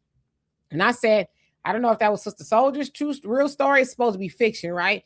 But I said, that's somebody's story right there. It's the story, in a sense, Donovan told, right? Again, I won't give it away. I think everybody should read it. It's just, I know of some people who that was their story, and you just never know, right? You in love, you think you who riding with Pookie, and boy, I tell you what, I'll be honest with you, that was almost my story once. I tell you guys all about the time, but I won't give it away. But yeah, The Coldest Winter Ever by Sister Soldier is one of the best books you'll ever read. I promise you. Like I said, we just got to make better decisions. At the end of the day, especially those of us that are supposed to be the adults in the room, we got to make the hard decisions, you guys. And you got to be real with yourself. People always ask me to go on my recent trip, right? Went to Panama, went to the DR, came back, whatever. I was just in Hawaii before that. People say, how is Donovan doing all this? Demetra, have you ever seen me ride around in a Mercedes? Nope. Matter of fact, my car is over 20-something years old right now. One of my cars, I only got 2 cars, 20-something years old, and I got another car, 2017, whatever it is. I came to the realization that I will never live a lifestyle like a certain rapper or an actor or whatever the deal is. I live within my means, and guess what, you guys? Even though I live within my means, and I try to tell this to a lot of people are stressed out in this world, especially you ladies, because you're living beyond your means. You've got to be honest with yourself and say, man, I'm 56 years old, which I am. It ain't going to get any better than what it is. If I haven't made it to the NBA by now, it ain't going to happen. If you haven't got that rap album out by now, it ain't going to happen. You got to live within your means. A car is a mode of transportation. Now, here in California, a lot of people live in their cars, but it is from the decisions that they make. I'm not a rich man, never aspire to be. I'm just who I am and going to be, and that's the biggest problem. We are trying to live a lifestyle we see on social media. These influencers, they ain't living like that. You best believe that has already been debunked. These rappers in these videos, they ain't living like that. That has already been debunked. We spend so much of our time trying to live a life that is unsustainable rather than telling ourselves, you know what? Hey, I got a decent job. I've got this. I've got that. Hey, I'm good. I'm going to live within these parameters, and I'm going to maybe go on a trip once a year for myself. Maybe do this once a year for myself. But no, we're always trying to, what's that called? The hamster in the wheel. But you're not going anywhere. You're rushing, but you're not going anywhere. The hamster in the wheel. You talking about the rat race? Yeah, the rat race. We're in the matrix. If you are at least my age, it ain't gonna happen. You should be preparing to enjoy what little life that might be out there left. You have more time behind you than you do in front of you. I know that for damn sure. And that's our problem. And if you do that, you will find you will have more money in your pocket and you won't be dealing with the problems that you see a lot of these people dealing with right now. I love it. Live within your means, okay, and live below them, and then you can do some of the things that you want to do. And to that point, and most fed, how you doing? Says stop stealing. Period. I totally agree. And to that, like you said, trying to keep up with the Joneses, and I want this, I want that. Jerry, what's going on with you? Danny, you say, yeah, Floyd Mayweather. Boy, I tell you what, that's a whole different show. But yeah, people living above their means. I want to keep up with the Joneses, and you don't even know that Joneses can't even keep up with themselves. The Joneses got living a quiet life of desperation, right? The Joneses, after they get out of that big body Mercedes, and you see Mrs. Jones, she got the fur coat in, and she got all these rings on her finger. When her and Mr. Jones closed the door, he talking about, yeah, baby, we're gonna have to hawk them. Yeah, them that we got to go to the pawn shop with that fur and them rings and all that other stuff. And we got to put, why you didn't pull a car in the garage? Because we don't want to hear that beep, beep, beep backing up to the driveway, because our car, we ain't paid the note in 3 months, right? That's what the Joneses is going through. But the Smiths across the street, like, oh, well, we got to be living like that. You see her purse? She got a big old giant Uchi, Louis, and Gooey, the double G's and the LBs, and, and she beat her man over the head. Sucker, why you ain't getting me no purse, right? And he go out there and get her a purse and all these other things. And now they like the Joneses going behind closed doors, fighting with each other and talking about, I don't know why he did. I don't know why that frying pan mark is on top of his head like that. Anyway, here's the coldest winter ever, right? One of the best books you'll ever read. I'm telling you, it's a page turner. How many of you guys know who Sister Soldier's related to? A lot of people don't even know who she's related to. I'm not sure who she related to, but I know he's the little sister of Flava Flav. Oh, that's interesting. I didn't know that. But yeah, so which is why she probably hung out with PE a lot, right? She was like the honorary member of PE. But yeah, it's a great book. I mean, yeah, some like I say it's teen friendly. I mean, it's back in the day, if you would have asked me this, I would probably say, well, but they watch all kind of stuff or whatever. This book is really, I think, as close as reality as and it's raw. It's supposed to be, right? So yeah, I think it's teen friendly. It just kind of preface it to them and say, hey, if you have any questions, please ask me. But you will read some things in here that's raw, but it's meant to be. I think it's a tale of this is what could happen to you if you don't heed the caution of a lot of pitfalls in life, Yeah. Sunlight says, how could they be from the same family? Look at them. Look, put their pictures together. Sister Soldier and Flava Flav. That's his little sister. Yeah. You better stop talking about her. No. I mean, she's a great. Matter of fact, she had a rap album out, and with that song, "We Were at War." Mm-hmm. She was with the Bomb Squad, all that stuff like that. So a lot of people that don't know that Sister Soldier is her last. Well, Drayton was her maiden name. Mm-hmm. Yeah. Yes, Bobby. I heard Jada has a rights to it as well. I don't know what's taking them so long because you keep hearing they're going to make it. They're not. Maybe she just wants to make sure it's done right. And I think it should be done right because, boy, the coldest winter ever need to come out right now, okay? This is a book that needs to be, whoever, don't make it cheesy. Please, listen, I beseech thee, whoever thee is, please do not let Tyler Perry get your hands on this script. That's all I'm saying. Well, Tyler Perry, he doesn't really do other people's scripts. He does his own, which is why people are. We know. Yeah. So we know. Like, what the hell, man? You got all that money. Hire somebody. Hell, you can have my daughter do it. And I know a lot of people who can write. Just listen, Tyler. Put the pen down. Put it down. But the thing is, we are going through the Great Reset, you guys. If you guys have not acknowledged it, if you guys haven't seen it, for those of you guys that are still doing the wealth transfer, sisters, please continue to do what you're doing. It is working. Black businesses are on the rise. The delineation, again, I mean, we've always had this power within us. When we give almost 90% of $3 trillion away every year, that is our power. and it's working. And now people are coming back with a little bit more sense and some respect on the FBA name. And tomorrow, I just want to say this before we go, the extension for the Haitians runs out tomorrow. You're going to see a lot of Operation Mockingbird on the news, a lot of crying, a lot of this, a lot of that. Hey, it is what it is. Temporary means temporary, and that's just how it is. They need to go back and make their country great, and we need less of them here so that our kids have less competition. That's my take on it. So, Yeah, I just, for me, I don't wish anybody any ill will or nothing like that. I just think we should be careful how we frame things, because again, the Haitians, they weren't here illegally up until tomorrow. I guess they'll be here illegally. So they weren't here illegally. They had permission, temporary protected status, hence the word temporary, along with a lot of other people who, it's not just the Haitians. I don't know why they're getting talked about. Maybe they're making the most noise. I don't know. Yeah, there's only 6,000 Syrians that are a part of that. Yeah, but I say that to say, and y'all know how I feel about it. I think if anybody should get protection, it probably should be the Haitians. But there's a lot going on in the country, and unfortunately, because immigration is just so out of control, there's something that has to be done about it. And really more so, I guess, in modern day history from the Biden administration. But the crazy part about it is, this is what I don't understand. And maybe we could talk about this another time.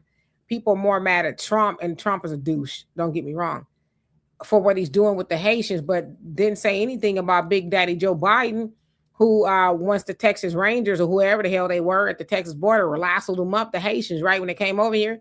He said, "Oh, we can't afford to keep them here." He got them out of here real quick. I didn't hear not a Democrat up in arms about it. I didn't hear anybody take it to the streets, pissed off, take it to no microphone. So it's like, what is the difference? They were coming over here like everybody else came over here for asylum or better life or whatever, but the Haitians were the wrong color, so I think it deserves a well-rounded conversation. Yeah, and you brought up a good point. Even now, as the clock is running out, how many Democrats do you see on the news hollering and screaming and complaining and asking for another extension or another bill? You don't see the Democrats saying one word. That's the thing that just throws me out there.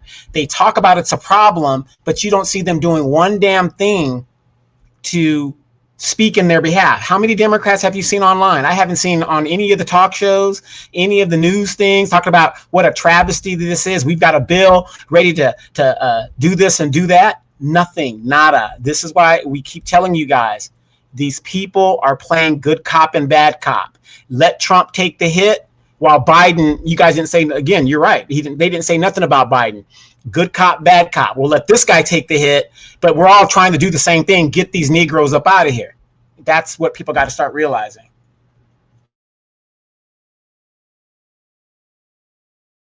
Absolutely. Yes. They said he had a sister soldier problem, right?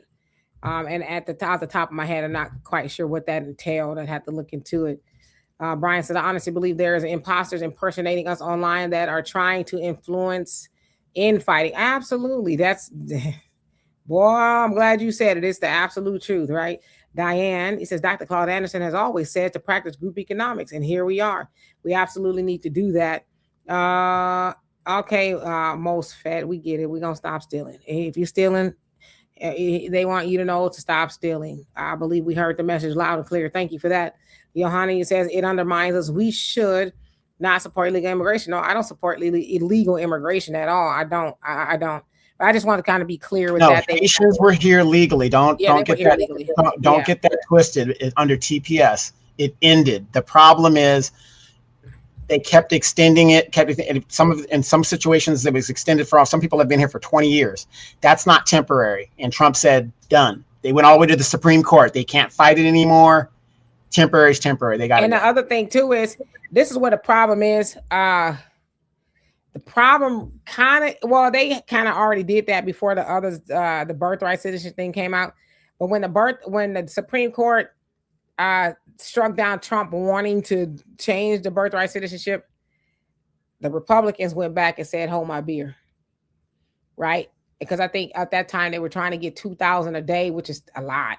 Then they bumped it up. Last time I heard it was 3,000 a day out of here, and they cutting off their money, all kind of things. They're like the banks. They got bank accounts. They can no longer have it if you're employing people who are here illegally, undocumented. So there's a lot of things that they're doing to really get in the system and make it uncomfortable for people who are especially here illegally. So I knew the Trump administration was going to do that because, for one, you had the Democrats that was hopping up and down with glee that the birthright citizenship was struck down, but they also conceded that, okay, we know that Trump is not going to stop there.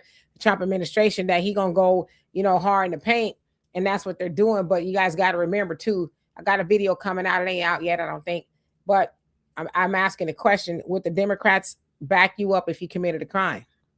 If Black Americans committed a crime, you were a Black American criminal, would the Democrats go out into the streets, march and picket and bust into the jails or whatever? Would they do that for you?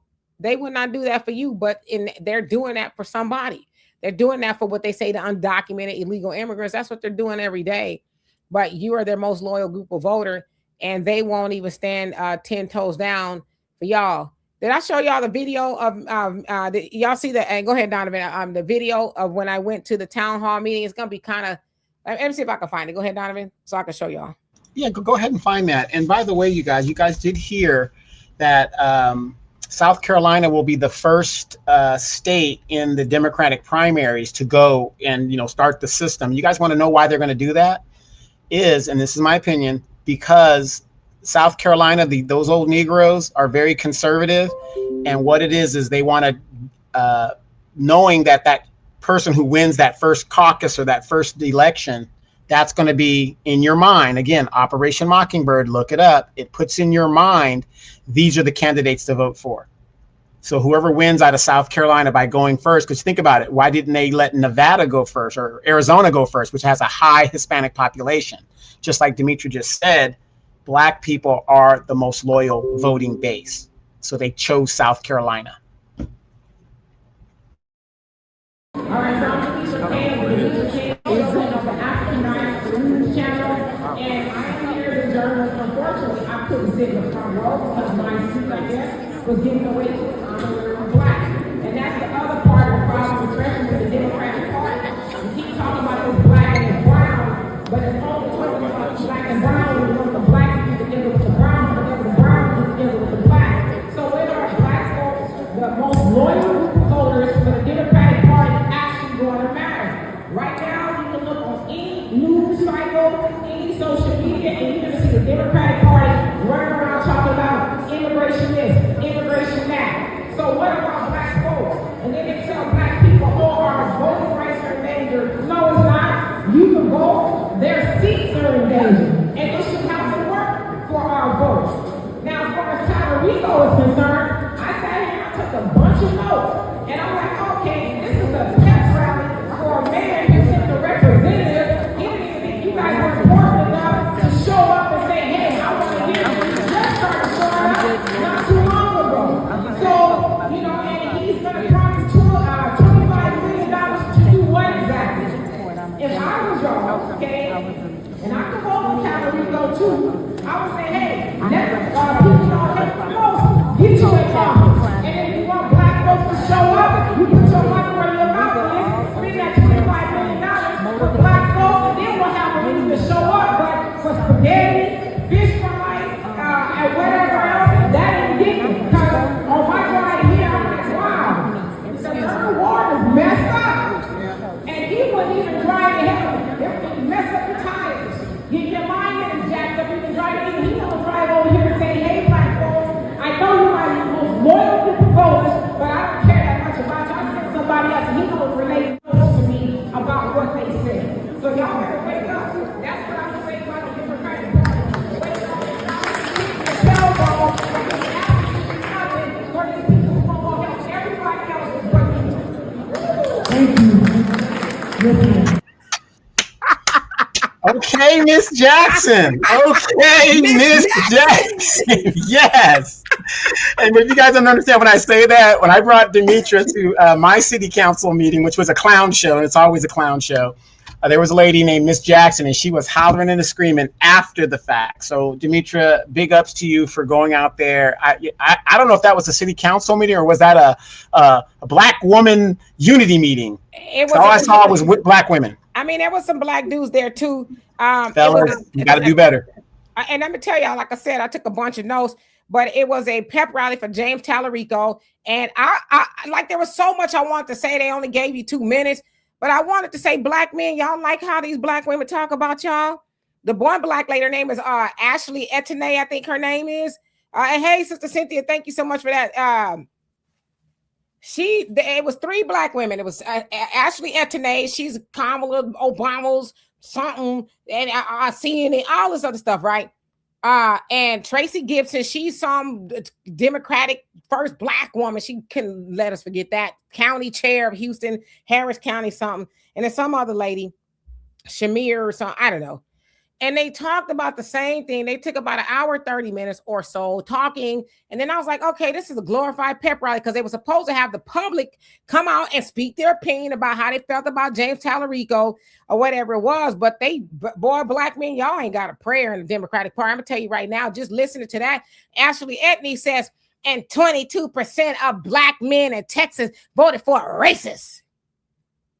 And if the 92% this, the black women this, and the black women that, and black men, and we got to get black men on board. I was like, how y'all black men sit up in here under all this and allow these black women in the Democratic Party to talk about y'all like that? Hell, the black man voted right behind the black woman to the tune of 78%, but the black man, guess y'all didn't do enough.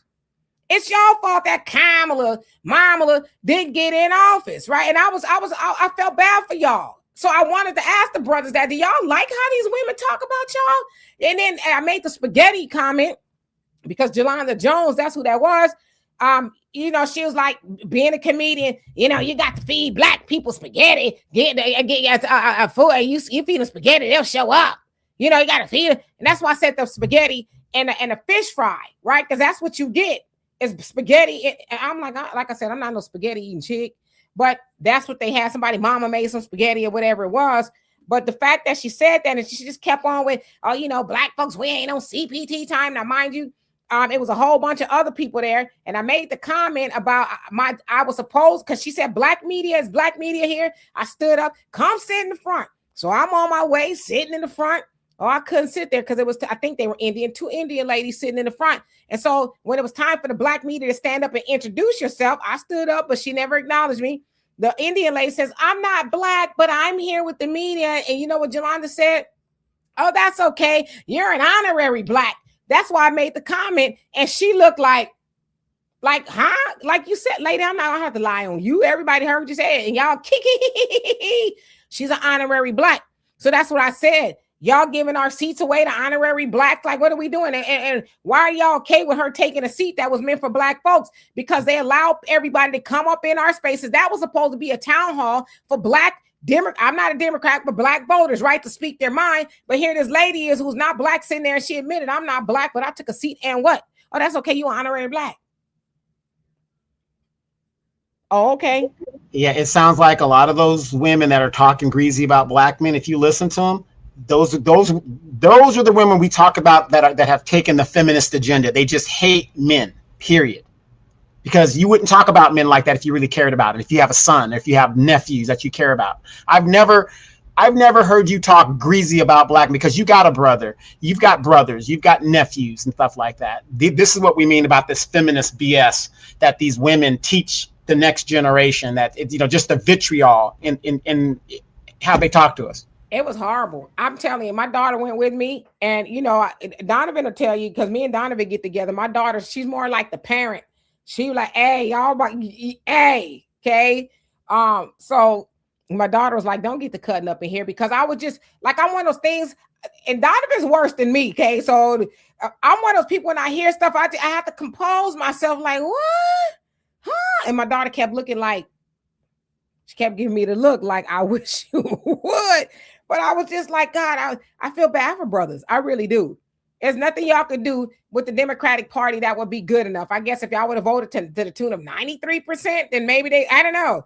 But they just, man, those brothers, sitting up in there and ain't nobody mad about it. I mean, there was some, that I said hello to. And a brother came up to me actually after I got through speaking. He goes, and I guess he's with the media. He says, "Oh, I'm so sorry. I didn't know you didn't have a seat. I would have got up." I said, "Brother, you black. You black." I said, "You supposed to sit there." He goes, "Yeah, you right." I'm like, "I wasn't talking to you. The who I was talking to knew who I was talking to. You took a black seat and you bragged about doing it, So yeah, but I plan to go out to more of those. Hey, I plan to be out and about. Not just you, but like I said on my podcast, how the hell do you guys live in a community and you don't even know what is going on in the community? How do you know what's going on in the community? You go to the planning commission, you go to the city council meeting and put your stuff on record. And if you can't go because you're working your ass off, you send an email and it's read into the public record. Demetria, did you see my video where I finally got Adrian Mitchell a bathroom? Yes. 12 years. It took me 12 years to get a bathroom at my local park over here. I tried shaming. I tried yelling and screaming. I tried everything that I had to do. After 12 years, they finally said, "You know what? We had enough of this." And by the way, I have the best streets in the city in my neighborhood because I give them hell. Yeah, Donovan gets it done. Brother Sammy, that it was not as clear. Next time when I go out, I have to go with like a microphone and stuff with me. It's because people were talking. Some of that was these black girls' magics. They and Sister Cher, she spoke before me. Jolanda had to stop her because there's a lot of people in the crowd that like what she was saying. Sister Cher was like, Democrat is with the LGBT trans and illegal immigration and all this other stuff. And that's not true. That's not true. Right. And so she said, "Nah, I invited people to speak so they can speak their mind." So she had to tell them, "Hey, be quiet." But that was people doing all that yipping and yapping. So that's what I said. Y'all pay attention to that when these people, because there's a lot of candidates there looking for the black vote. Right. But when these people ask for your vote, you think, keeping in mind, they don't even care to hear what the public has to say. Y'all just shut up and show up and vote and let us do all the talking. But that's why it wasn't clear. So I apologize for that. Right. And I'm going to tell you guys this. You go to most city council meetings, other than maybe the representative, if they're lucky, there's a black one in there. And I can only speak for California. The Hispanics, they show up. And that is why here in California, you've got idiots out here, representatives out here that say, "Well, these people pay tax. Yeah, they're illegal, but maybe we should look to see if they should vote." We don't show up. We want to holler and scream when we see the resources going to all the other groups because we do not show up. And when you don't show up, it shows you that you're not interested in what's going on, and they allocate the dollars to the people who want them. The money is there. You just got to show up and let them know that your presence is and hold them accountable. It's simple as that. Black folks have been gentrified out of California. You want to know why?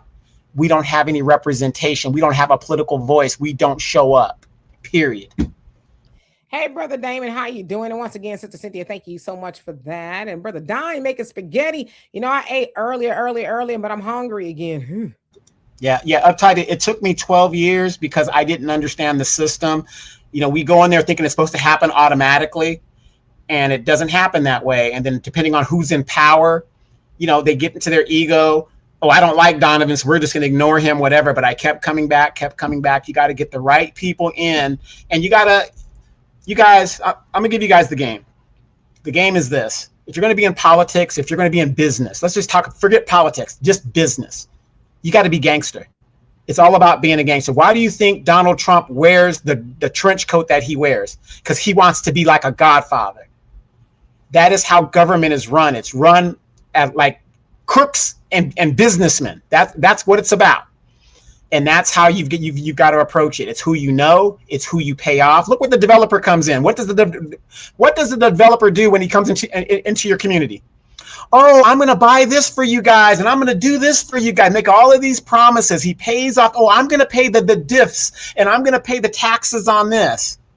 He pays off who he needs to pay off, and this is how things get done in the real world. This kumbaya world that you guys think that we live in, it doesn't exist yet. This is how it is. You got to be gangster. So it took 12 years, but yeah. I had to be consistent in what I was doing. And unafraid, right? You got to be unafraid. They ain't nobody. They work for you. You don't work for them. They work for you. Laura Flawless, how you doing? Says, how do we find out when and where town hall meetings are being held? A lot of times they're online. If you talk about your city hall, usually they have one every 2 weeks or a frequency like that. So you just twice a month. And if you don't know, go to your city website. All of that is online now, right? So you don't even have to show up. They even tell you the agenda. You can read what they're going to be discussing, and then you send an email. And you don't just send an email to the clerk. You send it to the clerk, to your representative, and to the mayor directly. That way you have 3 copies of what you said and what, and it goes in there. You just got to play the game. There's no excuse for you not to know what is being built and being done in your city. There's just none.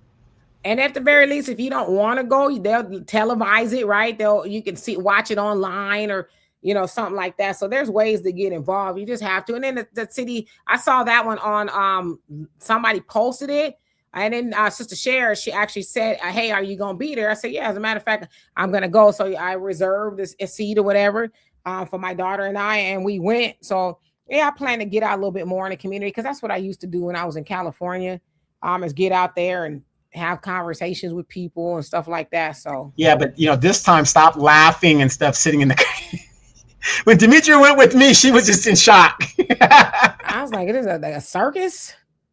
This is a Universal Soul Circus. What are we at? You know what I mean? People was acting a damn. What's his name? Raphael. Is that his name? Raphael? That man, boy. Yeah, and look. After all of that, he leaves the city. He ended up leaving the city after he got paid off and everything, and did his dirt. He left. Sound like a damn chihuahua.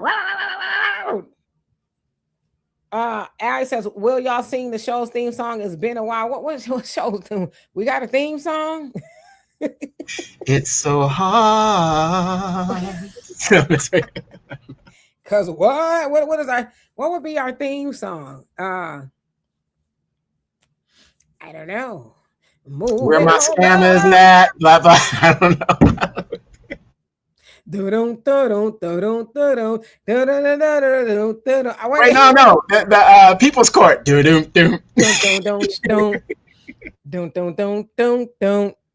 Today in this corner, you have Donovan Baldy-Locks Saadiq, who was accused of stealing a wig that did not belong to him.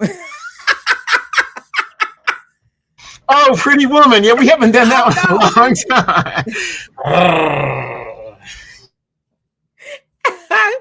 Stupid. Del Monte Green says California is a test state, home of the okie dokie. You ain't lying, boy. Donovan, if y'all want me to come back, you know what you got to do. We got to fix it. And the first step to fix it is, again, do not support these people that come from other countries because they come with an agenda to support their people. I'm not saying they're all bad, but the fact of the matter is we got to support our interests. Vote for people that are in your interests. I can't come back to that. I can't. Y'all got it. If y'all want me, I know y'all want me back. I know y'all miss me. Okay. I know y'all miss me. If y'all want me to come back. I thought the 5 heartbeats, you can try to riff like me, nigga. Right. You know what I mean? You trying to beat me? Yes, I'll be chilling. I saw you say you're at a family reunion. It's a family reunion. Did y'all play that song? A family reunion. Did y'all play that?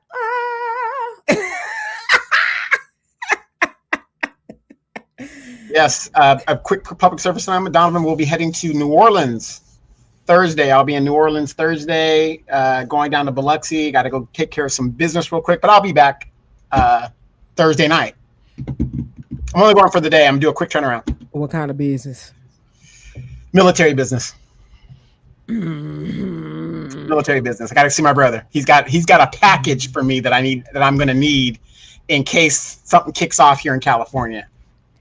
I didn't know they were still doing mail order brides. Well, red bones are hard to come by. I mean, I think Sweets is one of the last of the red bones running around. Well, hopefully it ain't no boosting involved. Brother Sam said, did y'all hear the audio of the distress call from Nolan case where someone seems to be calling his name? I've heard all of it. I'm paying attention. I just haven't reported on it because I don't want to be one of the people making noise about a lot of speculations. Nancy Grace is on the case. They say Nancy Grace on the case and it's a wrap. So I am staying abreast and just trying not to report because, like I said, there's just so much information. Oh, by the way, State Senator England from Mississippi, he took exception to what I said under his post, because you notice that a lot of these politicians, especially from Mississippi, oh, we're great people. Oh, we don't like that you're saying this about our people. Oh, the investigators, they're great people. The governor is saying stuff. And I'm like, ain't nobody tell you to jump in it, right? So you took to the social media and expressed your opinion. I said, and now you're the victim, please. Oh man, he wrote this long response to me. Ma'am, you're the one of the problems. You're the part of the problem. What's going on? And this, that, and the other, and blah, blah, blah. I said, I'm part of the problem. I said, I didn't go out on a boat with another human and didn't return back with him. I said, I didn't have to get a lawyer because, I may or may not have done something. I said, but y'all the victim? He didn't like that too much. He got up in his feelings with that one. I'm like, man, you're really mad. But I'm like, this is just nothing but the good old boy syndicate, if you will, protecting itself. I said, I'm trying to figure out a time in history where all these politicians, got something to say. That's the state of Mississippi, right? We know that I'm going to say allegedly working together to cover, because on one hand, the next day, y'all, and that's what I think I said to him, the next day, they said, oh, there's no foul play here. But then when it started getting more attention, now y'all taking forever to come up with the thing. And y'all know when they did the autopsy, they didn't return the baby's throat area and I think his lungs, but they didn't send that back with the body. So the autopsy that Colin Kaepernick paid for, they said is inconclusive because we can't make a ruling with his neck missing. The innards of his neck and I guess his lungs. That's what I heard. I don't know if it's true or not, but we can't make a conclusive ruling. So why aren't you sending those things back, right?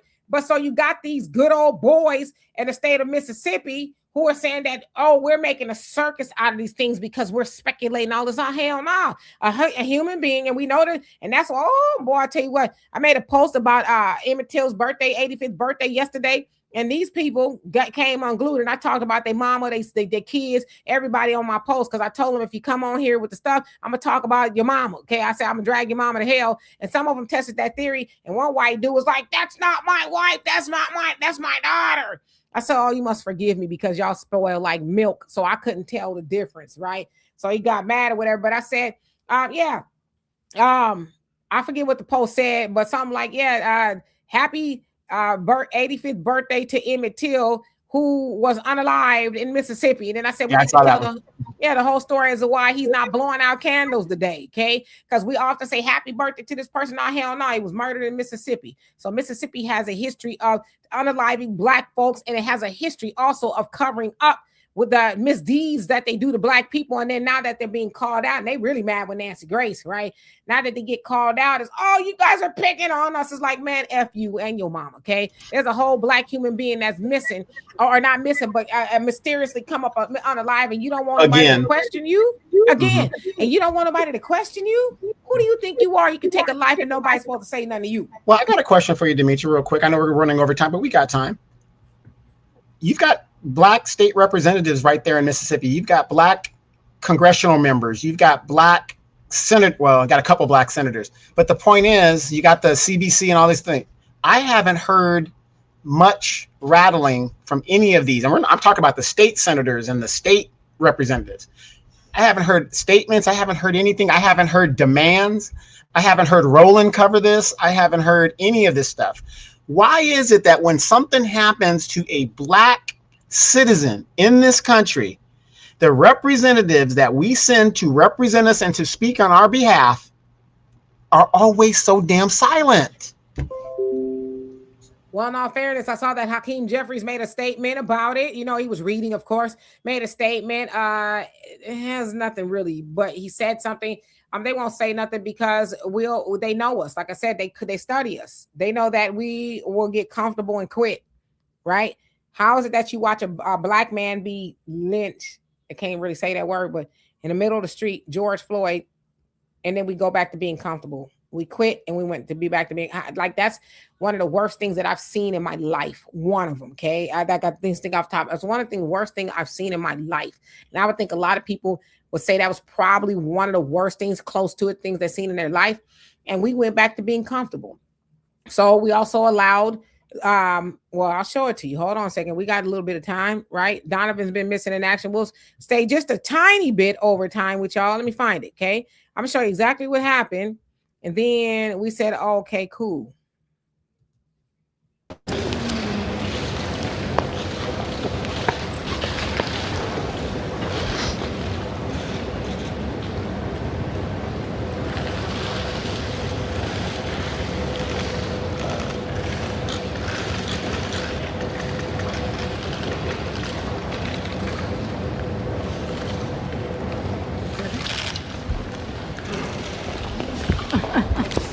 Hard to get up.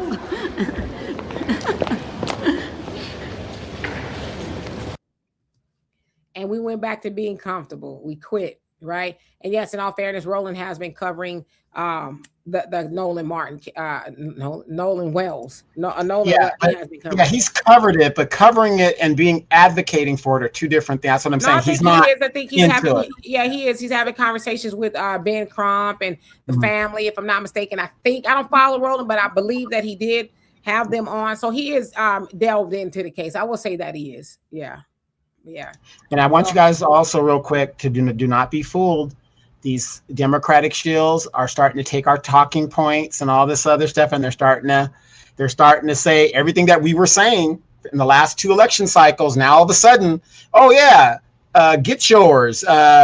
Voting is transactional. Oh, sit on the couch. All of these things because they're not getting their checks and it's not working because you guys are getting that message out, and we're waking up. We're one person at a time, but we're waking up. Del Monte Green Beans, you said you want to talk to me. You want to talk to me? Where you want to talk to me? Tell me the time and the place, and I'll be there. Yes, Nikki says, yeah, he has been talking about it. Like I said, I'm not really a fan of Roland, but I give Roland his props. I think he's a great journalist and things like that. I just think he hasn't. I don't think he's done the Black community a great service. He hasn't been consistent. By the shilling.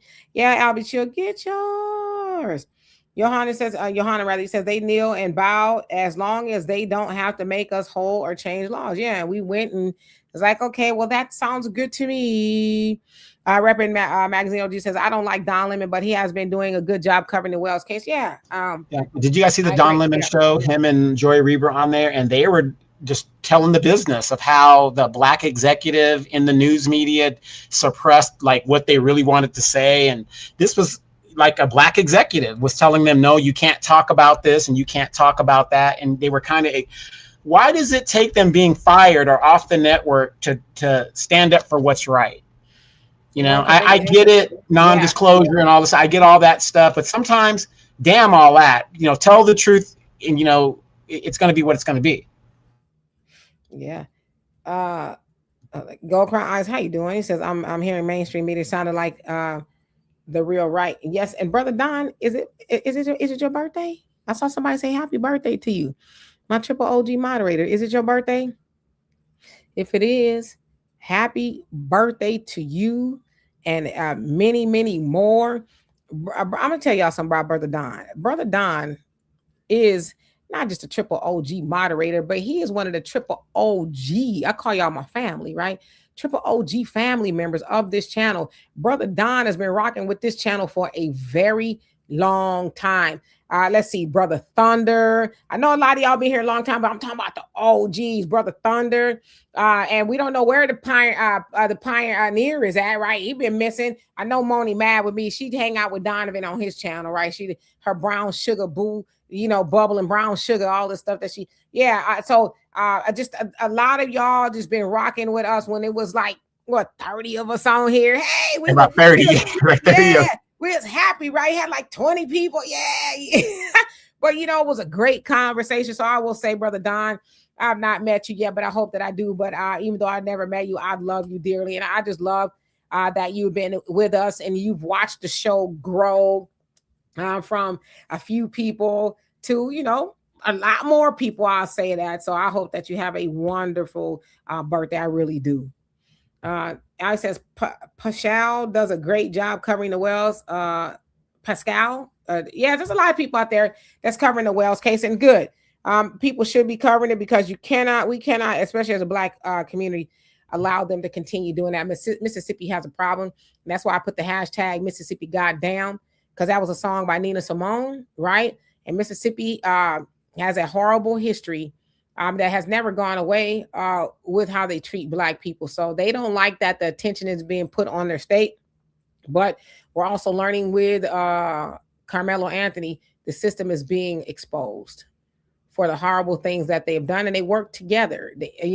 What I heard, I don't know how true it is, the medical examiner and the one that examined Nolan Wells's body also did a few others, and she ruled it to be, things that they did to themselves or no foul play, all this other stuff. It's like, lady, what you got going on, right? Because don't forget, a lot of times they women be in cahoots with the foolishness too. So we're going to learn a lot about the system of white supremacy and just how deep and evil it is. But guess what? Their time is up. It is. That's why we're learning about these things. So shout out to everybody that's covering it. I'm just choosing not to cover it right now because I don't want to be another one adding a bunch of speculation, because there's a lot of speculation out there. And I don't want to do that, because I would imagine that his family will want the truth as much as possible to get out and not have to weed through all of the hearsay, the naysay, and all of that. So I'm watching, but I am paying attention. So yes. So anyway, I love and appreciate every last one of y'all. And Dalmani Greenby says, I was around, but I had to move around and miss certain details during the early live streams. Yeah, so I said a lot of y'all, Al, you've been around for a very long time. A lot of y'all been around. So like I said, Brother Damon been around. I love and appreciate every last one of y'all. I know I don't say it enough, but I do. I'm not just saying this because it's something to say, it's fashionable. I really do love y'all, because I know on a Sunday afternoon, evening, there's a lot of things that you could be doing, but you choose to spend it, even if it's just a moment here. It means a lot to me. And it's a huge reason why I do it. I know it's a huge reason why Donovan does it as well. And I'd be remiss too if I did not say, while I had a little bit of a history of going viral and things like that, and I was on Facebook, had it not been for Donovan, I would not have come to YouTube when I did. I had a channel, it was not major, right? But Donovan was the one really putting his foot to my backside and saying, hey, in fact, this fool would call me Farrah Queen. I'm like, what? Farrah Queen, okay? And so he was like, yeah, you got to get this message out to more people. So yes, credit to Donovan. Donovan has been here from the very beginning. So yeah, so all of y'all, you guys, this is our show. It's not my show. It's our show. So anyway. And I still haven't got your sister yet. That was the whole point of getting you here, to get closer to her. I don't know what's going on. Keep hope alive. Love y'all. See y'all tomorrow. Peace.